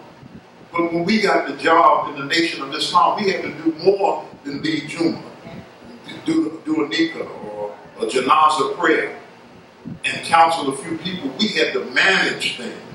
That's why in every city in the old days, you go and there was a Muslim restaurant, whether it was a luncheonette, there was a brother who had a cleaner, so this and that. But we had to manage mosques because everybody that came into Islam brought some baggage from the street. Every one of us. Because you didn't come through the door and take your shahada and all your baggage to the street and threw it out. You came into the mosque or the masjid with that baggage. Yes. And there had to be someone who could help you with it. And as you walk through becoming a Muslim, let me try to go through this. In the old days when Islam spread, it started in Saudi Arabia. Then the Muslims moved across Africa, North Africa, their generals. They found the Berbers in the desert. They converted. One of the most beautiful stories that you have is the Nasser Musa, the general who went across North Africa. And when he came to the place, what is today Morocco, the eastern part of Morocco, he ran into a tribe led by a woman. And the Muslims were warriors, and they said, if you beat me in the field of battle, the woman said, we'll join your faith. He defeated their group, and then out of that group emerged a man named Tariq. And if you like reading about how Islam moved throughout the world, get a book called The Preaching of Islam by a British man named Arnold. You can write it down, get this a beautiful book about the spread of Islam. And then Tariq, crossed the narrow strait there, what is called today Gibraltar. Actually, the word Gibraltar is a corruption of the Arabic word, the Mount of Tariq. And then the Muslims went into Spain. They stayed in Spain for 800 years. They built an empire in Spain. And then when they tried to move on France to the Pyrenees, the Muslims were defeated by Charles Martel, known in history as Charles the Hammer. And the Muslims didn't go into Spain. And in the east, the Turkish Empire, the Ottoman Empire, tried to move on Europe from the east through Vienna. But all they could capture was the Balkan states. That's why you have the Bosnians and the Albanians, all of them Muslims, even in Greece, in the northern part of Greece, Muslim villages, to this very day. If you go to Greece and you go to the Acropolis, and I didn't know this, and I thought I knew a little something, I got up there and the man said, this is where the mosque was when the Muslims ruled Greece. So Islam spread throughout the world, and Islam captured the imagination because it's simple. In the book, The Preaching of Islam, when Genghis Khan's people came out of the east, and by the time they got to India, and they were pagans or traditional believers. But by the time they got to India, there was the Hindus and the Muslims. And the Buddhists were in there a little bit, but mainly the Hindus. And so the Khans, they wanted them to argue over faith and explain your faith to me. And the reason that most of them became Muslims because of the simplicity and the beauty of Islam. I mean, when somebody sits down and tries to explain Hinduism to you, you got to follow it close. You better have a tape recorder and a pen and pencil because all of the gods and everything. But the beauty of Islam, it was simple. On the prayer line, you may have heard me tell you this story about one of the scholars from Pakistan. Came to Dr. Sharif, who was over the World Islamic Call Society, and said that, and they published books on Islam. And they said that we want to publish a book on Salah. And he said the name of the book is 2001 Steps to Make Salah. And Dr. Sharif looked at him and he said, maybe that's why nobody's praying. Because prayer is not that complicated. It's a part of the practice of the faith. But some people want to make it scientific, You have to hold your hand right here like this. It should be a little above your navel. You understand? And then one school of thought, you hold your hands here. All of that making prayer like it's complicated. When you watch, when you do your wudu, you have to start at the tip of your fingers. You have to bring the water all the way up to your elbow. So you're making it like it's some kind of science or something. So people, they shy away from prayer. They say, man, it's a complicated ritual when it's so simple. Watch yourself in a few minutes. Go in the bathroom. Some people in there half an hour making wudu.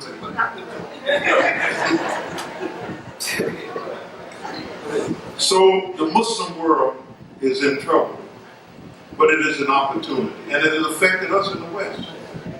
Now we've got Shiites in the prisons in America. Malcolm X's son, who was killed in Mexico, was a Shiite. Now, he was overseas in Libya, and I was talking to him about it, and he was a little testy about it. And then I told him, I said, if you're a Shiite, that's your business, brother. It's all right, you're a Muslim. And plus, you're my brother. But he was seeing that the argument is a shame. And I'm saying this to the followers of Imam Muhammad, and those who are in the Nation of Islam, and those who belong to the general Sunni community.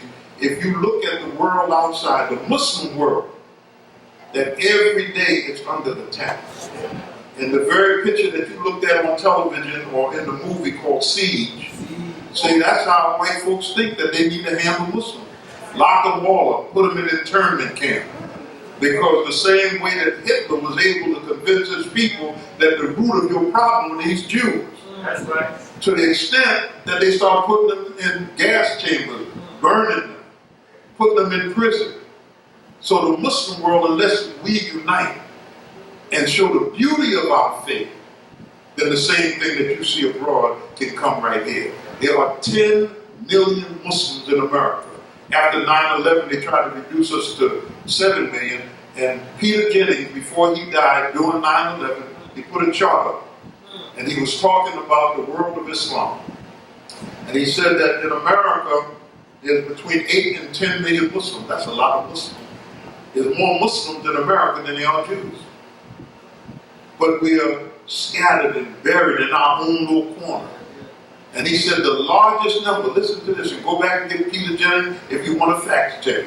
The largest group of Muslims in America are the black Americans who accepted Islam. Now, most people don't know anything about that. The second largest is the Indo-Pakistanis. Then it's the Arabs, and then others. So if we are the largest groups in numbers, where is our respect and our credibility? We're so busy with what the Willie Lynch syndrome did to us. How to fight with each other and how to dominate each other. We got a color, if you lighter or darker, you high yellow. You understand? We're like a big dysfunctional family, and we are brothers and sisters. That's right. And so therefore, if we don't want to suffer the fate of what you see in the Muslim world, then we got to get it together. Now I'm going to close on this. I'll hold this a minute. Because I want to open up for some questions before we go. I want to take this map of Africa. Now this is what they call the heart. If you can see this. This is Saudi Arabia. This is Yemen down here. All across North Africa. Right through this country called Mauritania right here. All of this is Muslim. There are 950 million people in Africa, and over half of them, maybe 80 to 90% Muslim. You wouldn't know that. One of the classic examples is country of Cote d'Ivoire.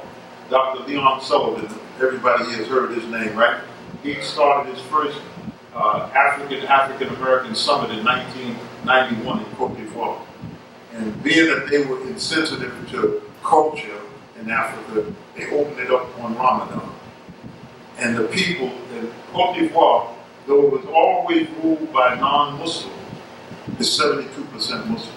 This whole area of West Africa, you can start from Senegal, because Mauritania also has a tremendous black population, especially the southern part of Mauritania.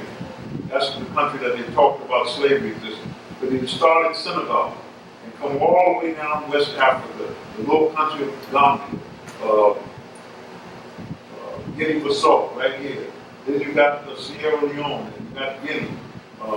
Then you got the Ivory Coast, you got Ghana, you got Togo, you got Benin, and then Nigeria with 150 to 160 million people, 75%. All of this northern area of Nigeria is Muslim. And there's a phenomenal situation that has developed in Nigeria called Boko Haram. In the Hausa language, it means that it really means books are haram, but Western knowledge is haram. And they make it that these are the crazy fundamentalists that don't want no Western knowledge. Secular Western knowledge, they consider a threat according to the way the paper paints them. But they're talking about Western culture, which takes people out of their faith In Mali, if you follow the news a little, there was a coup in Mali. Then a group came out of Algeria, bringing weapons from Libya, and they took over northern Mali and said that they were going to create a country called Azabat and divide Mali up. And when they came in, they wanted the women to cover it and so forth. They banned the beer. And so when the French came in and threw them out and destroyed them, they put pictures on television of the women snatching off their head cover and the young men holding up bottles of beer. And what they were saying to the unsuspecting Western world, that these people don't want this religion of Islam. They want to get some beer. The women don't want to be covered up. That's what they were saying. And if you were gullible, you would go for that. It's like when Saddam Hussein was overthrown and Ali Baghdadi said that they imported all of these people, paid them to go through the street and tear his statue down and so forth. It was what they did in order that they could have your mind set on what they want. So when this is going on in northern Nigeria and it's going on in Mali. I'm going to conclude. The Muslim world is at war with itself. And it has an impact on us because we are Muslim. Remember when the situation developed in Nairobi? I can't say that. Am I on Nairobi right there? Okay. Is that Nairobi over there? Okay. Here's Nairobi. And yeah, thank you. I see it now. Here's Somalia. Somalia has the longest sea coast in all of Africa. The Somalians have been a failed state since 1991, when Siad Badri was overthrown. And when he was overthrown, they knew at this time, there's always been this back and forth with Somalia, because Chevron, an American company, found tremendous oil in Somalia. Now, most of you sitting right here don't even know anything about oil in Somalia. Well, the miracle of the internet, there's no need for ignorance. If you have something that you're thinking about, we got all kinds of sites. Just go in and put in your search engine with everyone you use. Put Chevron and oil in Somalia. And what they will tell you is that they found all of this oil in a strategic country because it's right here on the Horn of Africa. And when Siad Badri, the president that was overthrown in 91, he would go back and forth during the Cold War between Russia and America. He would extract whatever he could get from Russia, and when they started lightening up, he would go to the Americas. And that's the way it went back and forth until America helped engineer a coup that overthrew him, but the country fell into complete chaos. So what happened here, there's a country right here, I'm not saying Uganda. Am I on Uganda? Okay, this is Uganda. A country where Idi Amin was. Idi Amin was a Muslim, and we spent days with him. When he was overthrown, we used to meet him in Saudi Arabia. He loved Minister Farrakhan. And if I ever come back, I'm going to tell you the story of how when we were there in 1977, and how Minister Farrakhan asked Idi Amin to help him to do the picture of Malcolm X, because the minister was going to leave his work in the nation as a minister. And we went there. James Baldwin had written a script on Malcolm's life for a movie, but James Baldwin, you know how testy he was because of his other kind of problems. He wouldn't let nobody get in his way. So James Baldwin fell out with Colombian Vision. And Alex Haley, at the inauguration of Jimmy Carter, asked Minister Farrakhan if we get our own money, we could make the picture ourselves. I don't have time to teach on this today, but I just want to say, so Idi Amin, the minister asked Idi Amin, we were in Entebbe, that's where the airport, we were about to leave in a few days, and Idi Amin had a beautiful breakfast for him. And the minister told him about this project. And Idi Amin said, I don't have the money for it. I got a brother that does it. And we sit right there at the table, he picks up the phone, go down, he says something to someone in Swahili, that's the language they speak. And he hung on the phone for a minute. And they said, my brother Gaddafi, my brother. And he said, I have a man here who has a very good project for the Muslim world. I want to send him to Tripoli so he can explain it to you. Gaddafi said, the next time I come back to Jacksonville, I'll make that a subject, okay? But we left Uganda and we went to Libya. Now let me go back to Uganda. 2011 or 2010, October, they were having a meeting in with the African heads of state in Kampala. The Somalians set off a bomb there. Because Museveni, who's been in power since 1986, the leader of Uganda, he had sent soldiers in to Somalia trying to put down this warlord. These soldiers killed a lot of Somalians, and after this bombing, for some reason, Museveni pulled his soldiers out. Kenya has had a problem. Here's Kenya right here. Here's Nairobi. You see how close the border is to Somalia? Right there. Kenya had a problem with the Somalians. So Kenya picked up where Uganda left off and sent soldiers into Somalia. There was a group called Islamic Courts. And they had got the airport open, got schools open, but they were called Islamic fundamentalists. And they didn't want a group of Muslim fundamentalists to take over Somalia. So the Kenyans, they say at the beckoning of the African Union or the UN, sent soldiers into Somalia. And these soldiers went in, they killed a lot of people, they fought them. But Al-Shabaab, which means the youth, they fought back. So some kind of way that we don't know how it happened, because Kenya is closed-mouthed. All we know that right after the attack on the mall, an upscale mall that my daughter who lives in Ghana, she goes there to shop all the time. And all we know is that they raided it and people were killed. Now there's unanswered questions. The Muslim world is at war with itself, there's no doubt.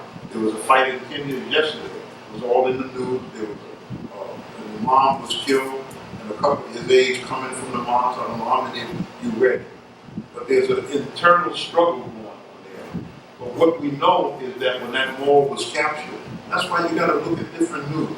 If you just hang with all news from this side, you don't get a balanced view.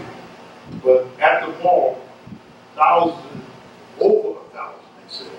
You know how many people were just let go? Why would they let go? They didn't escape from the mall and so forth. The people who took over the mall let them go. They tried to let all of the Muslims go.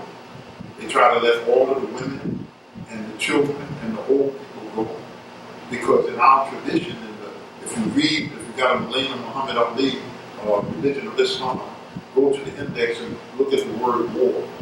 And go, and they got all the sections of Muslims at war, what we were taught that we should and should not do, right in there. So these Muslims let them go. And then they never gave the actual count of how many people are still missing, nor the actual count of how many were killed among those who raided the mall. And if you notice, as soon as the attack came on the mall, the Jewish security, I don't know if it was Mossad or others, were there. Then I found out today, was it today or last night, that the Jewish company owns a part of the mall or all of the mall. And they had their security there. So this is the Islamic world at war with itself. I can go country by country and show you in this world. Here's the Sudan. The Sudan is in problems right now.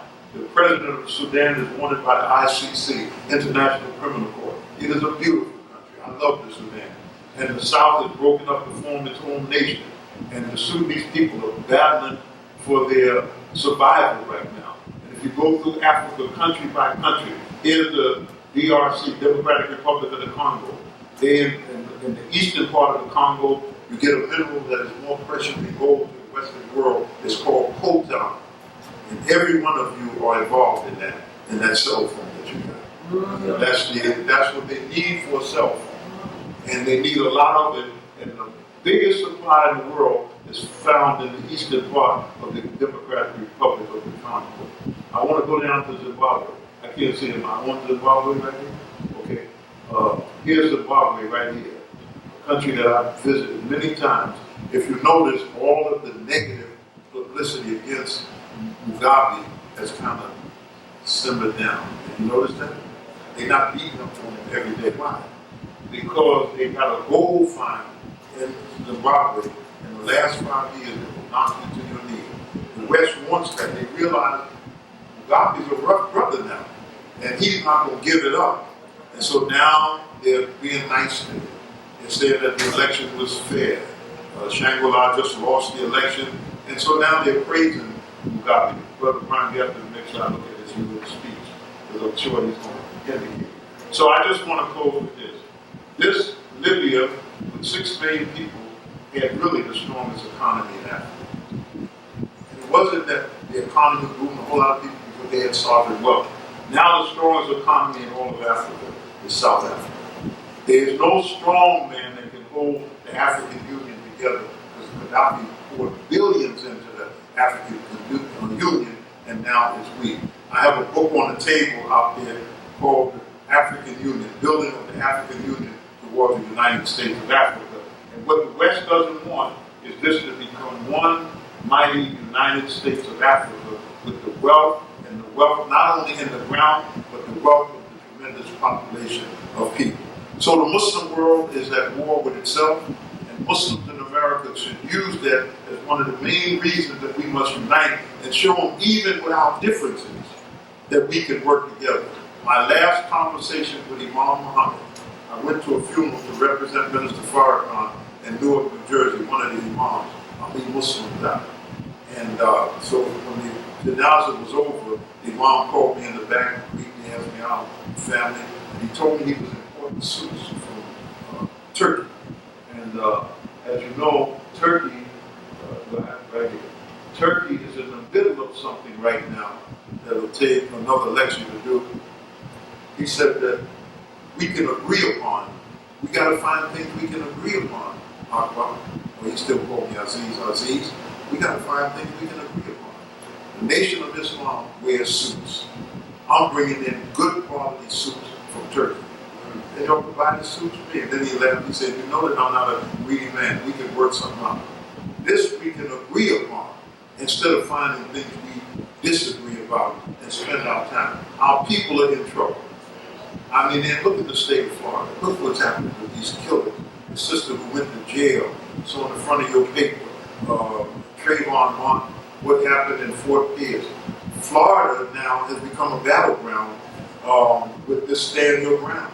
And if you look at the mistreatment of the people, and the reason they can continue to do it because we refuse to unify. We need to take a page from Martin Luther King and Adam Clayton Powell. If you don't know who Adam Clayton Powell is, Google it. He was a preacher and a congressman from New York City. He called a boycott on 125th Street. Because all of the stores down there hide nothing. No black people work there, but we spent all our money there. Adam Clayton Powell called that boycott, and he brought those white folks to their knees. It wasn't just the bus ride, Rosa Parks on the bus. What it was is that the boycott of the bus and the boycott of the businesses in Montgomery made the white people capitulate. All of those real hardcore racists and policemen, they didn't have a concept about economy. And when these white people begin to suffer business-wise and businesses with strength, then they begin to push, and we got to lighten up on these black folks. We got to make a concession. Let them sit anywhere in the bus. Just get the buses back on the road. Let them do that so that they can come downtown and continue to shop. So we need to take a page from that in the state of Florida. The mistreatment of black people in Florida, just take a Burger King or McDonald's. Say that we got black people that not only going to boycott bringing conventions here, but we're not going into Burger King or McDonald's. Brother brought up to me, there's black McDonald's owners and you hurt them. Then what we do is we'll give them an exception. If you just got to eat a McDonald's, it's so bad for your health, then you drive 20 miles to a black owner of a McDonald's. But when McDonald's see the power that black people have and the amount of McDonald's that we buy, don't worry, they will run an ad in the paper saying Trayvon Martin's case was a miscarriage of justice. He was shot down, a young 17-year-old boy, in cold blood by this, what's his name again? Zimmerman, a white boy, trying to pass off as a Hispanic, his mother, father. He was just a white boy who killed a young black man. And so if you show that kind of strength, people will respect you. And this is, our preachers get 3 closing, and this is my closing, okay? Trade and commerce. Now I'm invited tomorrow to speak to a group of Muslims, mainly Imam Muhammad's community, and they called me 2 days ago. I'm talking on the same subject. They said, can you talk about business in Africa and talk about how we can do business? Because that's the key. You gotta have commerce and trade. You know, it helps you to facilitate. If you want to go out and help young brothers in the street, you got to be able to get them together, a place to meet. You got to print literature. You You got to bring in speakers that will talk to them. It takes money in order to do it. And what I learned in living in Ghana for 12 years, that the Muslims, remember the Muslims came out of Saudi Arabia. They swept across North Africa. Then the traders went down in across the Sahara. And these traders were Muslims now. And wherever they went, they wanted to teach Islam. Ibn Battuta writes about it beautifully. Ibn Battuta was a great Muslim traveler, and also Ibn Khaldun. But when they went across, there was where Mali is today, Mali dominated all of this area. And there was a king of Mali, and most of you read about it in history, called Mansa Musa. And Mansa Musa became a Muslim and a leader of this area. And in 1434, I believe, right, he made a Hajj to Mecca. He stopped in Cairo. The stories are written how he inflated the Cairo gold market. He had so much gold. Then he went to Jeddah and Mecca. And what he used his money to bring back was builders and scholars, because the traders who taught them Islam were not scholars.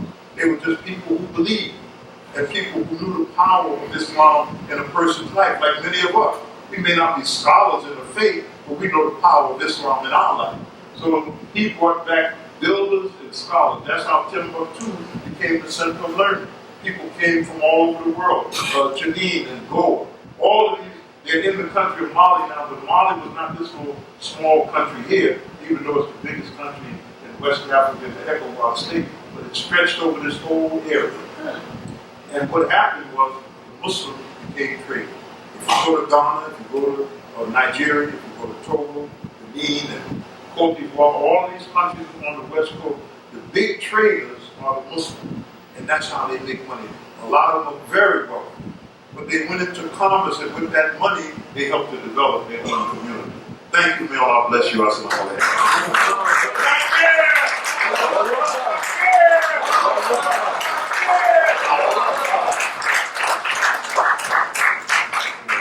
Brothers and sisters, I'm going to take some questions. And brother, did you work that out? Yes, sir. You worked it out? Yes, sir. Because the hotel that I'm staying in, we had a room there that we were going to show the ministers the time and what must be done. It comes on at 7 o'clock, 6 o'clock Central Time. Now the minister had determined, what number are we up to now? 39? 39. He had committed to do 52 weeks, broadcast on the internet all over the world. When I was with him last week, he was telling me where they get the hits from across the world. People looking at it, especially the piece he did on Syria. My brother would talk on farming. I love what you were saying because it's right in line with what Minister Farrakhan is talking about in terms of farming. So we were going to drive out to the hotel because I thought I would be closing out earlier and watch it tonight with the members of the Nation of Islam. But my brother was able to negotiate with the hotel to get our money back. And the brothers got a hotel for me. Where's that at? Mayo Clinic, right? Yes, sir. At the Mayo Hospital. And don't know that's almost in a different part of the world. So we're going to have it here. So I'm going to take some questions. We'll close the meeting out. We'll take a break, and we're going to show the minister. It's a 1 hour broadcast. But I'd like to take these questions free if you want to join us. If you want to stay with us, if you have to leave, we understand it. But I want to take some questions from the floor. I can't say I can answer all of your questions. I got a big brother in Chicago. He does a pretty good job. Okay? His name is Louis Farrakhan. Okay? Right. So, but I'm going to open up the floor for questions. Okay? But Nate, I see your hand first. Yes, sir. As-salamu sir. Thank you for coming, sharing the gifts of Allah that are stored upon you, going back to you. The sense of we are allowed us to tonight together that except for me. That's right. Brother, all the honor. Anyway, the question I want to ask is the language we use in America to describe all of these cultural groups, racial groups. I think we use terms like African American, European American, Asian American, Hispanic American, Native American, Mexican American, and so on and so forth. We remember last night about getting along, knowing that our ancestry land is tied to us in America. Okay, that How do they help stimulate the minds towards humanity instead of looking at shade stones and then seeing how we look after all up to it. All our human beings come from one soul. Thank you. Okay, brother Mark. Yes, sir. Yes, sir. First of all, there's two sides of that, and it's controversial. The Muslim would say, I'm a Muslim. I never forget I met this Dr. Akbar.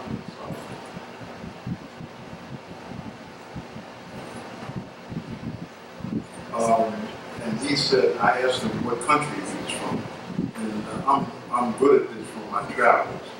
Sometimes I can identify the country that people come from. It's not rocket science, it's not heavy, but once you go to the country, there's certain characteristics of the individual, like Somalians and Eritreans, and Ethiopians. Once you go there and you look at them, wherever you see them in America, you can identify them. But the nationalism is a stage in the book. One of the first in-depth books written about the Nation of Islam was written by a Nigerian, E.S. Udo, and the name of the book was Black Nationalism.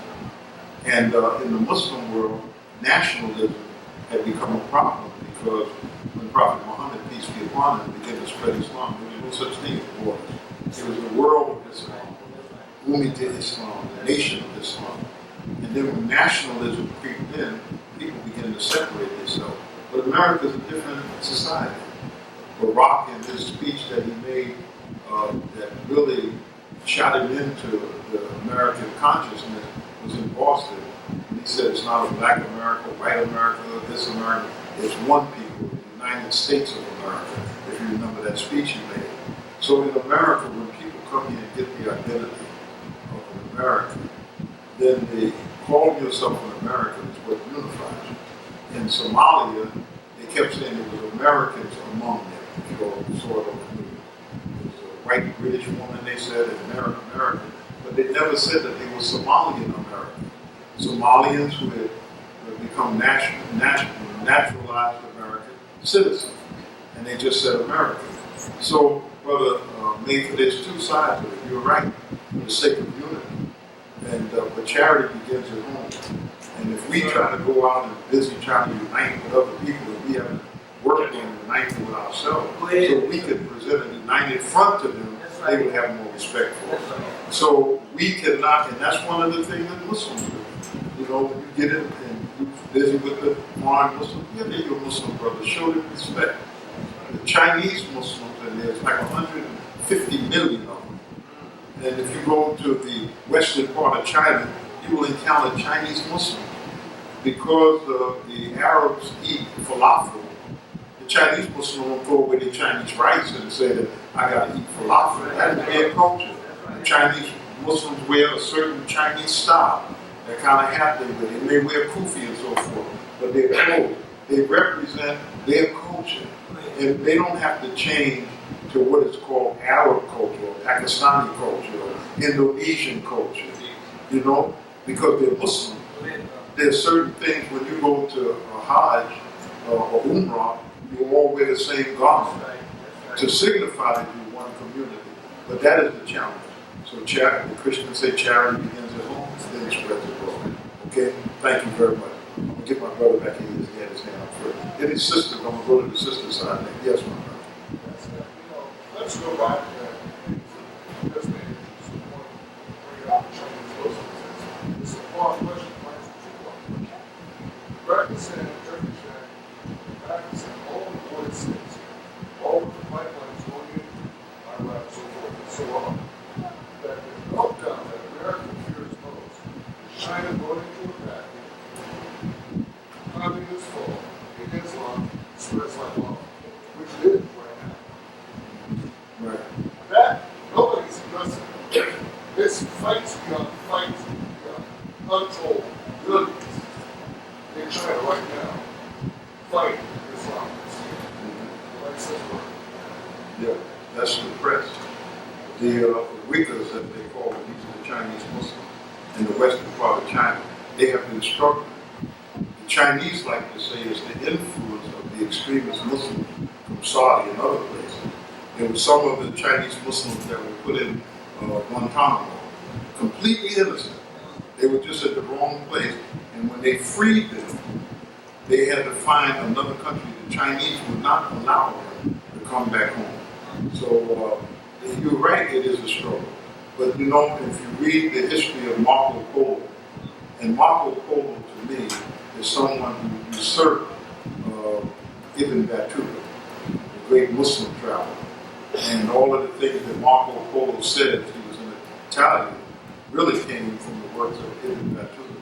But if you look at the Silk Road and the travel, one of the reasons that Columbus, who was an Italian, got his commission from the Spanish at the time of the Inquisition.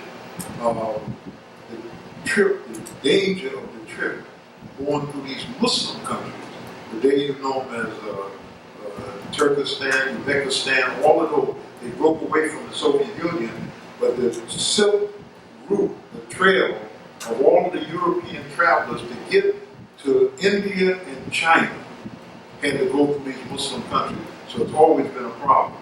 So Columbus wanted to find a way to get there by sailing west and ended up in the east. So it is going to be a challenge. It is going to be a challenge. One other part, I mean, it's interesting that you bring up Eurasian type concept that we're talking about here. Because even foreign policy model, if you notice, Barack Obama made sure that there was Indonesia. But Malaysia still has to be. And Malaysia is the city. Why is Malaysia a jewel? And why do we love Malaysia so much? Even though it's 90% Islam, and then they say mellow and popular all the time. You want to know why? Well, to me, there's two reasons. I've been to Malaysia many times, and it's a very beautiful country. I mean, you go downtown with the towers and see the people, Muslim women on motorcycles with their pieces. I mean, beautiful mosques. It's a beautiful country. But to me, it's almost like things that America needs for the West. When Africa was in trouble, they shifted a lot of the cocoa to Malaysia. Malaysia became a great cocoa producer. Malaysia off the shore is a country called Brunei, and that's part of the Malaysian peninsula, but it's wealthy with oil, and it's Muslims there. So I think that they want to cultivate that kind of good relationship with Malaysia because of where it's located and the intellectual capacity of the people in Malaysia, who all of them basically get college education. You know, they don't have a group of people who are denied college and education. So it could represent a good source for the Western world to maintain a foot in that part of the world to watch China. Now, that's just my speculation. Okay. Same point, same deal. It's funny how going back to the Ottoman Empire, how British they try to return thing, left is limited and active, is when it comes down. The same European guideline of conquest has never changed. And it's systematic, so much so that in the next 50, guaranteed, China will be Praise be to God. Okay, I want to move this. Any sisters? Any questions? Yes, ma'am.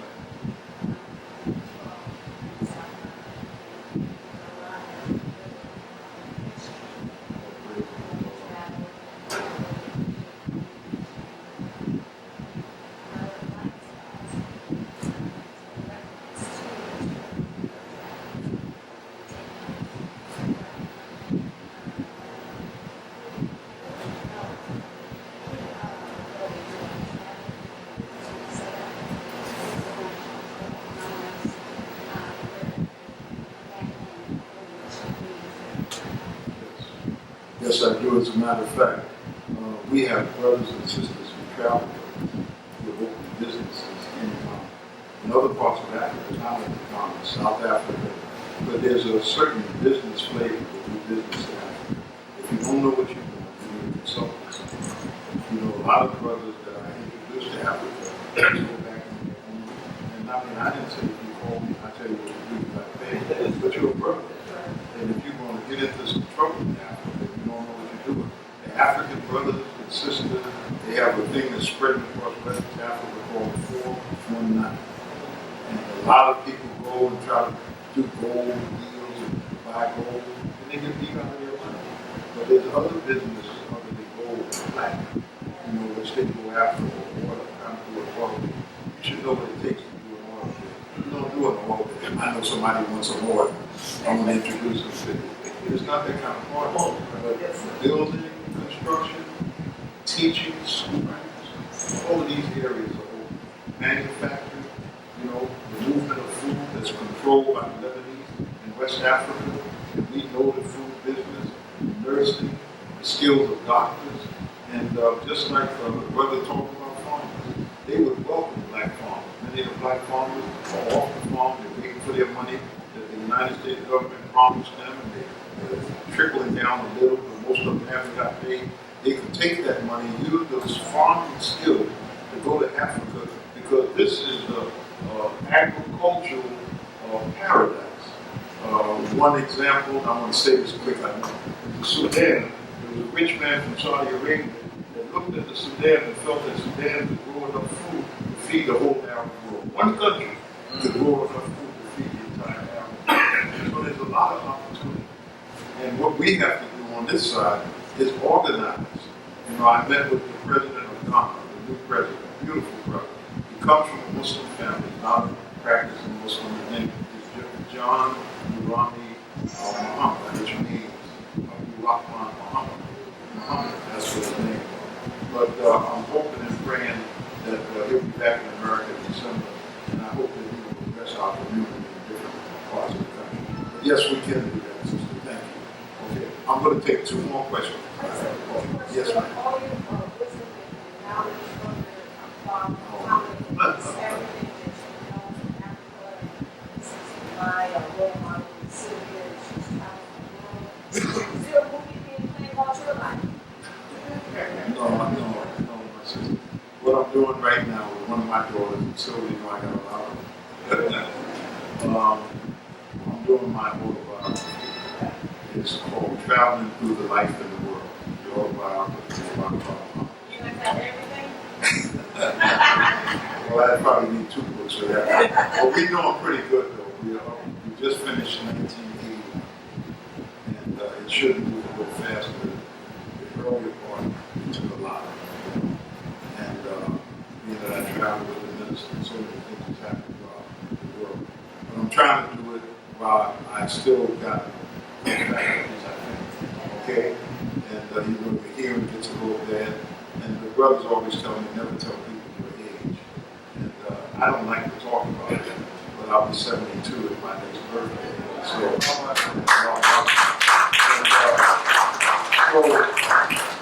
I want to do, I told my daughter, she always called me because we haven't worked for 5 days. Because the president of Ghana was living in Atlanta. So my daughter said, the clock is ticking, Dad. I got to get you probably hitting all cylinders. So I'm going to work on it. I said, I'm working on it.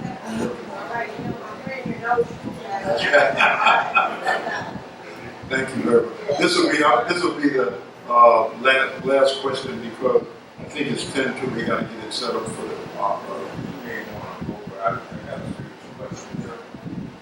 I'm at a phone book. Okay. And I think it may be a phone book for all of us as African people.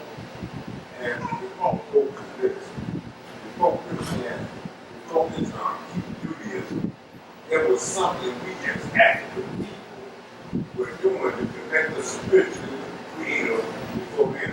Not to say a religion or whatever, because that's where everything got gone wrong. Now we all get to a religious thing here.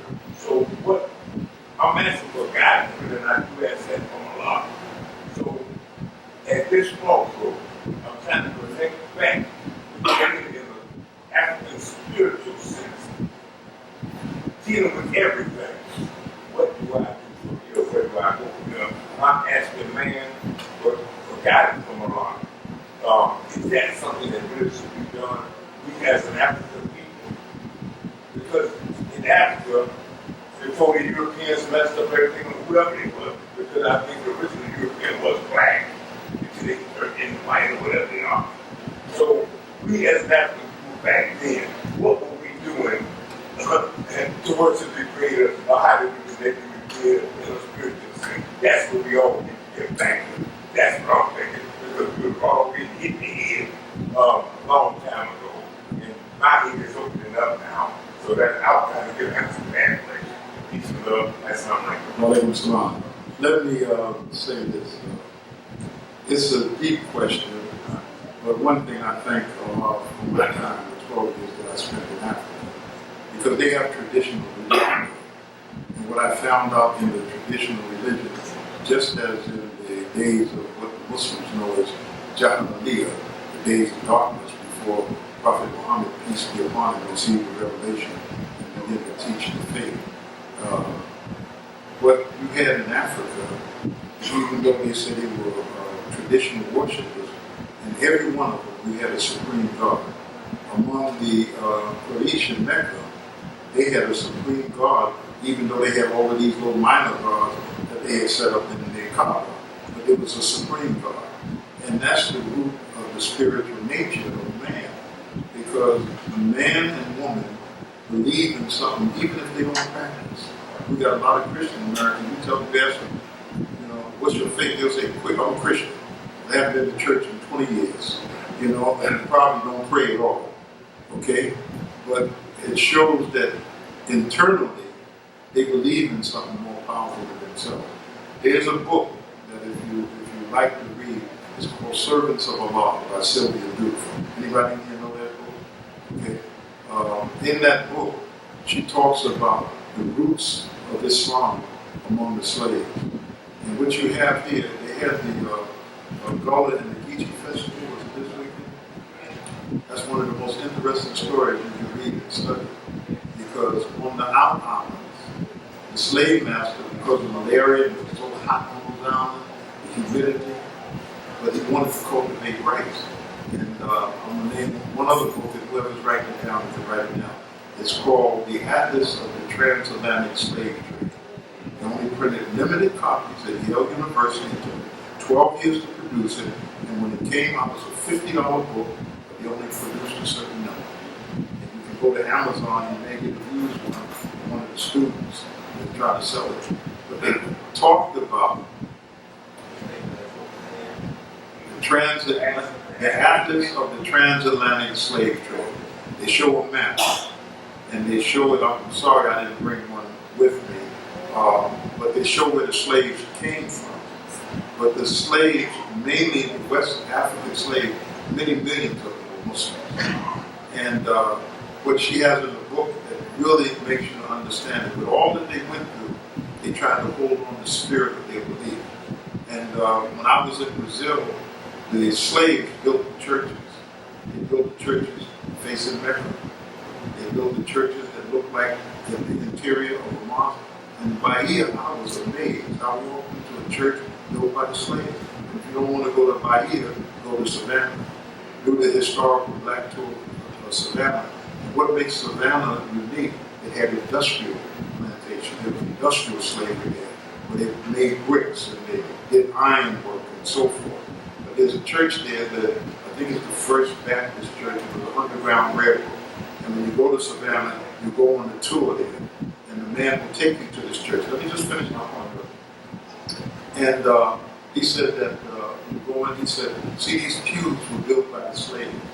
He said these Africans left their symbols on the side of the pew. In other words, these Africans, they were heathens. And it so happened the man who did the tour, and he's probably still there if you go to Savannah. He's a Christian minister from Trinidad. He has a small church there where he runs the tour company. So he said, see these African tribal markings on the side? So I stood back and I looked at them. I said, wow, that's strange. They look like African. So, Sister Sylvia, have we seen each other in 16 years or something? Yeah, okay. My son, I have a son that was born in Egypt. My son came over there, you met him on a trip that you had with Sister Diana.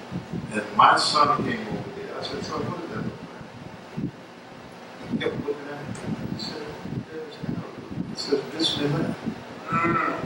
And the slaves who were building the pews carved that in the side of the pew. And then the preacher was upset about it. I'm going to put this in my book if God blesses me to be able to finish it. But it was amazing. So to answer your question, brother, this spiritual depth, as Muslims, we believe that the perfection of God's faith is Islam. All of the faith that came before, and the last revelation is Islam. And it taps at the spiritual root that man has always had. Man and women, too, have always had this spiritual depth. This is how we survived in slavery. We didn't survive because we were smart and we were cunning. We survived because the spiritual depth that's in us and our belief in God. That's how we survive. I'm going to take this last question. It has to be the last question. I'm going to try to make it short. Make it short. One thing. Grateful for humanity. State what you actually stop. Every never been born. Never been born. They born on getting born person. Thank you. You answered it. Okay, I want to thank you very much. I'm going to call up Brother Mark, who's going to close the meeting out and tell you what's next. I thank you. One in the back, I have a number of books on sale. Let me tell you, at my age, I know my daughters love me. They claim they do. But if I drop dead, my 3,000 books will get shifted around for the first 6 months. They can't look out for them. Then one day they'll gather together and they say, you got to do it again, all of this stuff you've been saving for 60 years, and before you know it, they'll even start giving it away, putting it out. So I determined this, that a man wrote a book talking about money. He said, you might as well fly, this was a Jew, you might as well fly first class, because when you drop dead, your children will use your money to fly first class. And I thought that, so what I'm going to do, I'm liquidating my library. Some of the books that I really don't want to let go, I put a little more money, $2 or $3, all in my books I'm selling. So I can use that money to travel around the world and so forth, because my children are not going to do it. So on the table out there, if you want to support my travel, go out and buy a few books. I got a whole line on the end that I was going to talk about. I don't have any more of these, but for good reading in your life, because life is made of choices. What kind of choice you make in life. And sisters, you know the wrestling match that you have trying to find the right man. I did an unbelievable married couples retreat. It should be in next week's final call. And they invited me to come and speak to the married couples. It was unbelievable. I want to take my hat off to Brother Marcus in Atlanta, Georgia, and his wife, Cecilia. They put it on. They had exercises, things to show whether a man can follow a woman and listen to her, whether a woman can follow a man. The biggest question in the meeting was communication. So there's a book called What Matters Most. And I love this book. Because in life, you got to make choices of things that you got to do. And because God is going to take you money, you leave it there. So it's what you do while you're here that impacts other people. The hallmark of a Muslim is goodness. It comes, I learned it from the Honorable Elijah Muhammad. He was a kind and a very sweet person and always looking for a way to defend and help. And that's at the tradition of Prophet Muhammad. Peace be upon him, was kindness. And we don't have that in our community, even in our family. So that's the bottom line. Go and look at the table out there. I got some beautiful children's books that the brother brought up to me. I didn't show them, so he took them back, I guess. But make sure you go and look at and one of our brothers produced the books. Okay, I'm going to have to close the meeting, but I'll be here. I'll talk to you outside, okay? I'll talk to anyone else when you come outside. Brother Mark, you want to come up? Thank you again. As-salamu alaykum.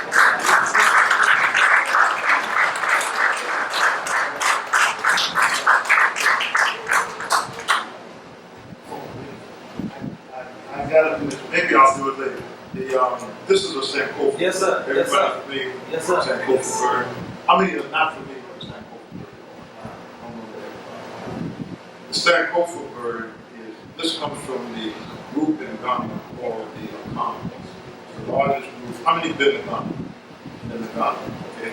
The largest group, and maybe I should set up a trip from Jacksonville.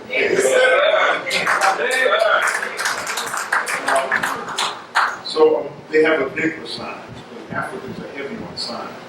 And this is one of the greatest ones.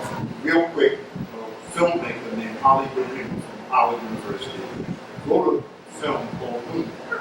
And he started shooting it in Jamaica, came to Ghana to finish it up in the slave dungeons. Largest slave dungeons in all of Africa found in Ghana.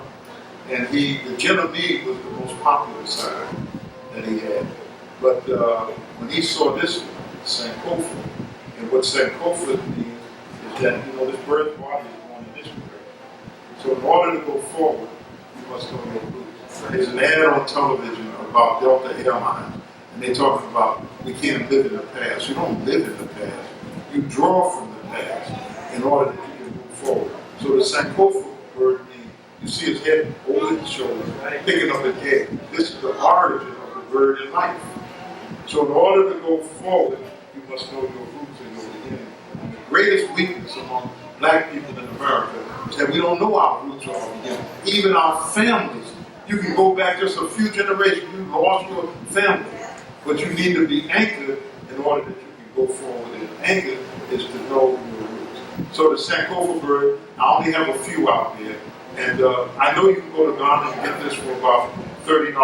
I'm only selling it for $40. But if you get ready to go to Ghana, remember the airline ticket to get there, okay?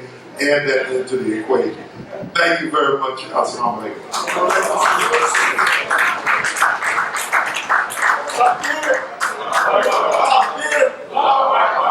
Thank you. Thank you so much, Dr. Muhammad, Dr. Akbar Muhammad, brother. We thank you so much for your wisdom. I gotta move quick. We're getting ready to close down. I want to bring the email up to the front. We just have a couple of presentations, real quick. And while he's coming up, I want to say that today's DVD is available. The whole program is available, high-speed duplicated, and it's available, so you can get that in the rear. Okay? All right. Email me.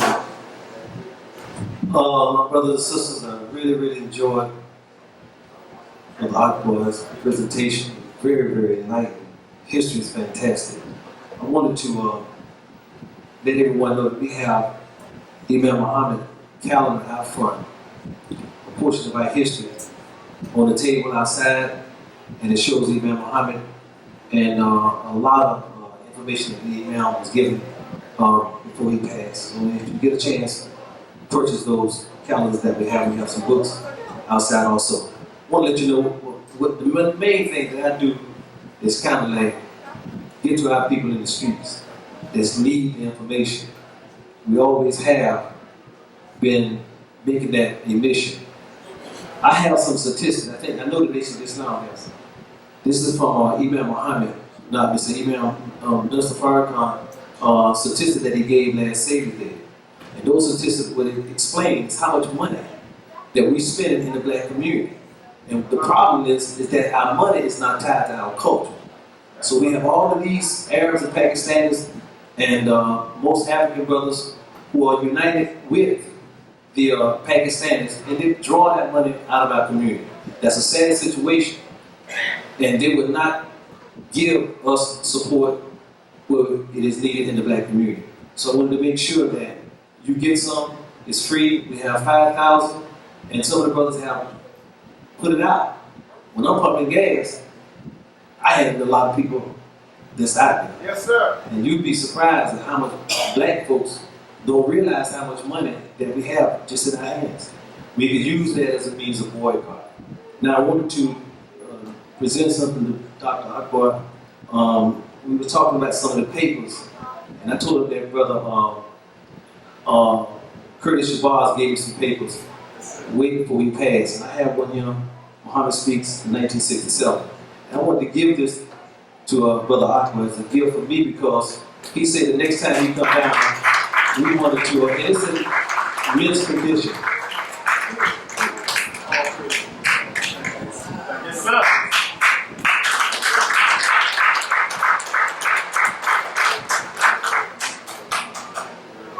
Wanted to give that to the brother because when I was, Brother Curtis made sure that I went in the attic and got that. You know, so I wanted to make sure that whenever he comes back down again, that I give him to somebody to make use of it.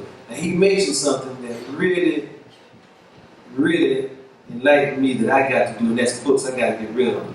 I got boxes up there, and I got some in the attic, under my bed, and in the attic in my house. And that's a good idea, you know, because I thought about, we got to get rid of it, but I'm just careful about who would read the book, and then they might become critical, sick too.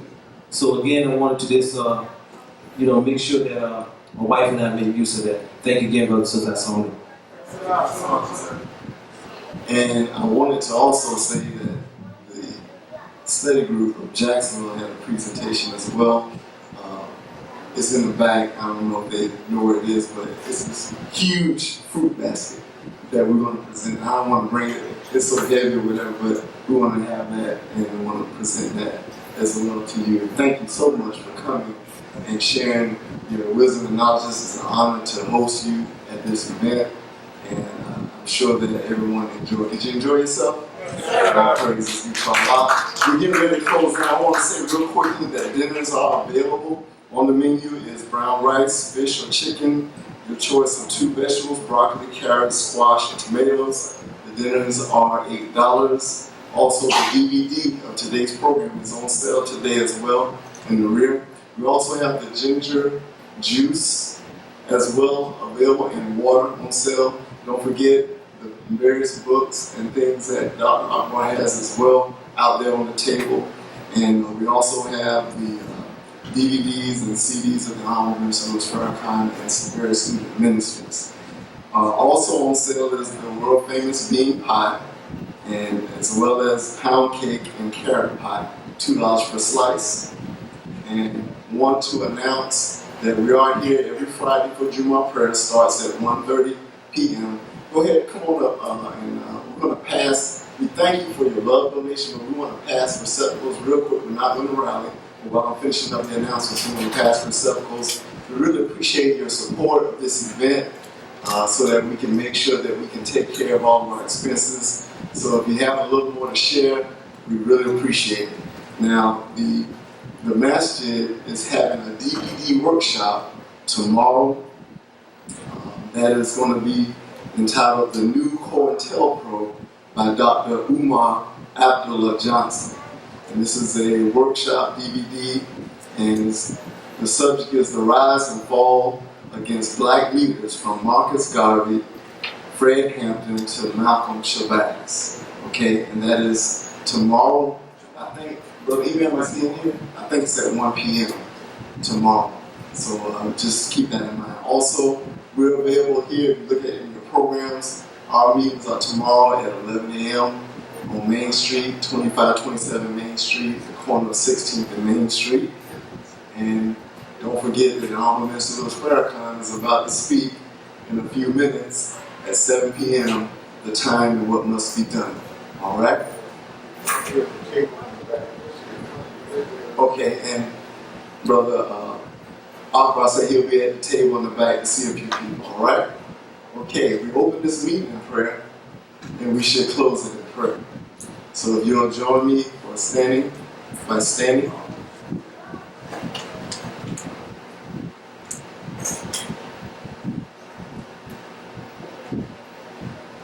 In the name of Allah, the Beneficent, the Merciful, all praise is due to Allah, the Lord of the worlds, the Beneficent, the Most Merciful, Master of this day of judgment in which we now live.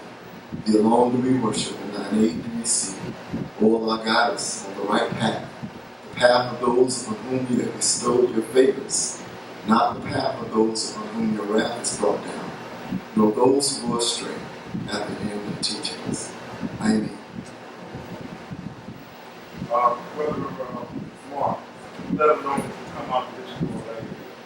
I'll be able to work there. Okay, if you go out the door to the left, brothers and sisters, and around the tables are out in the hallway out there to that door to the left. All right.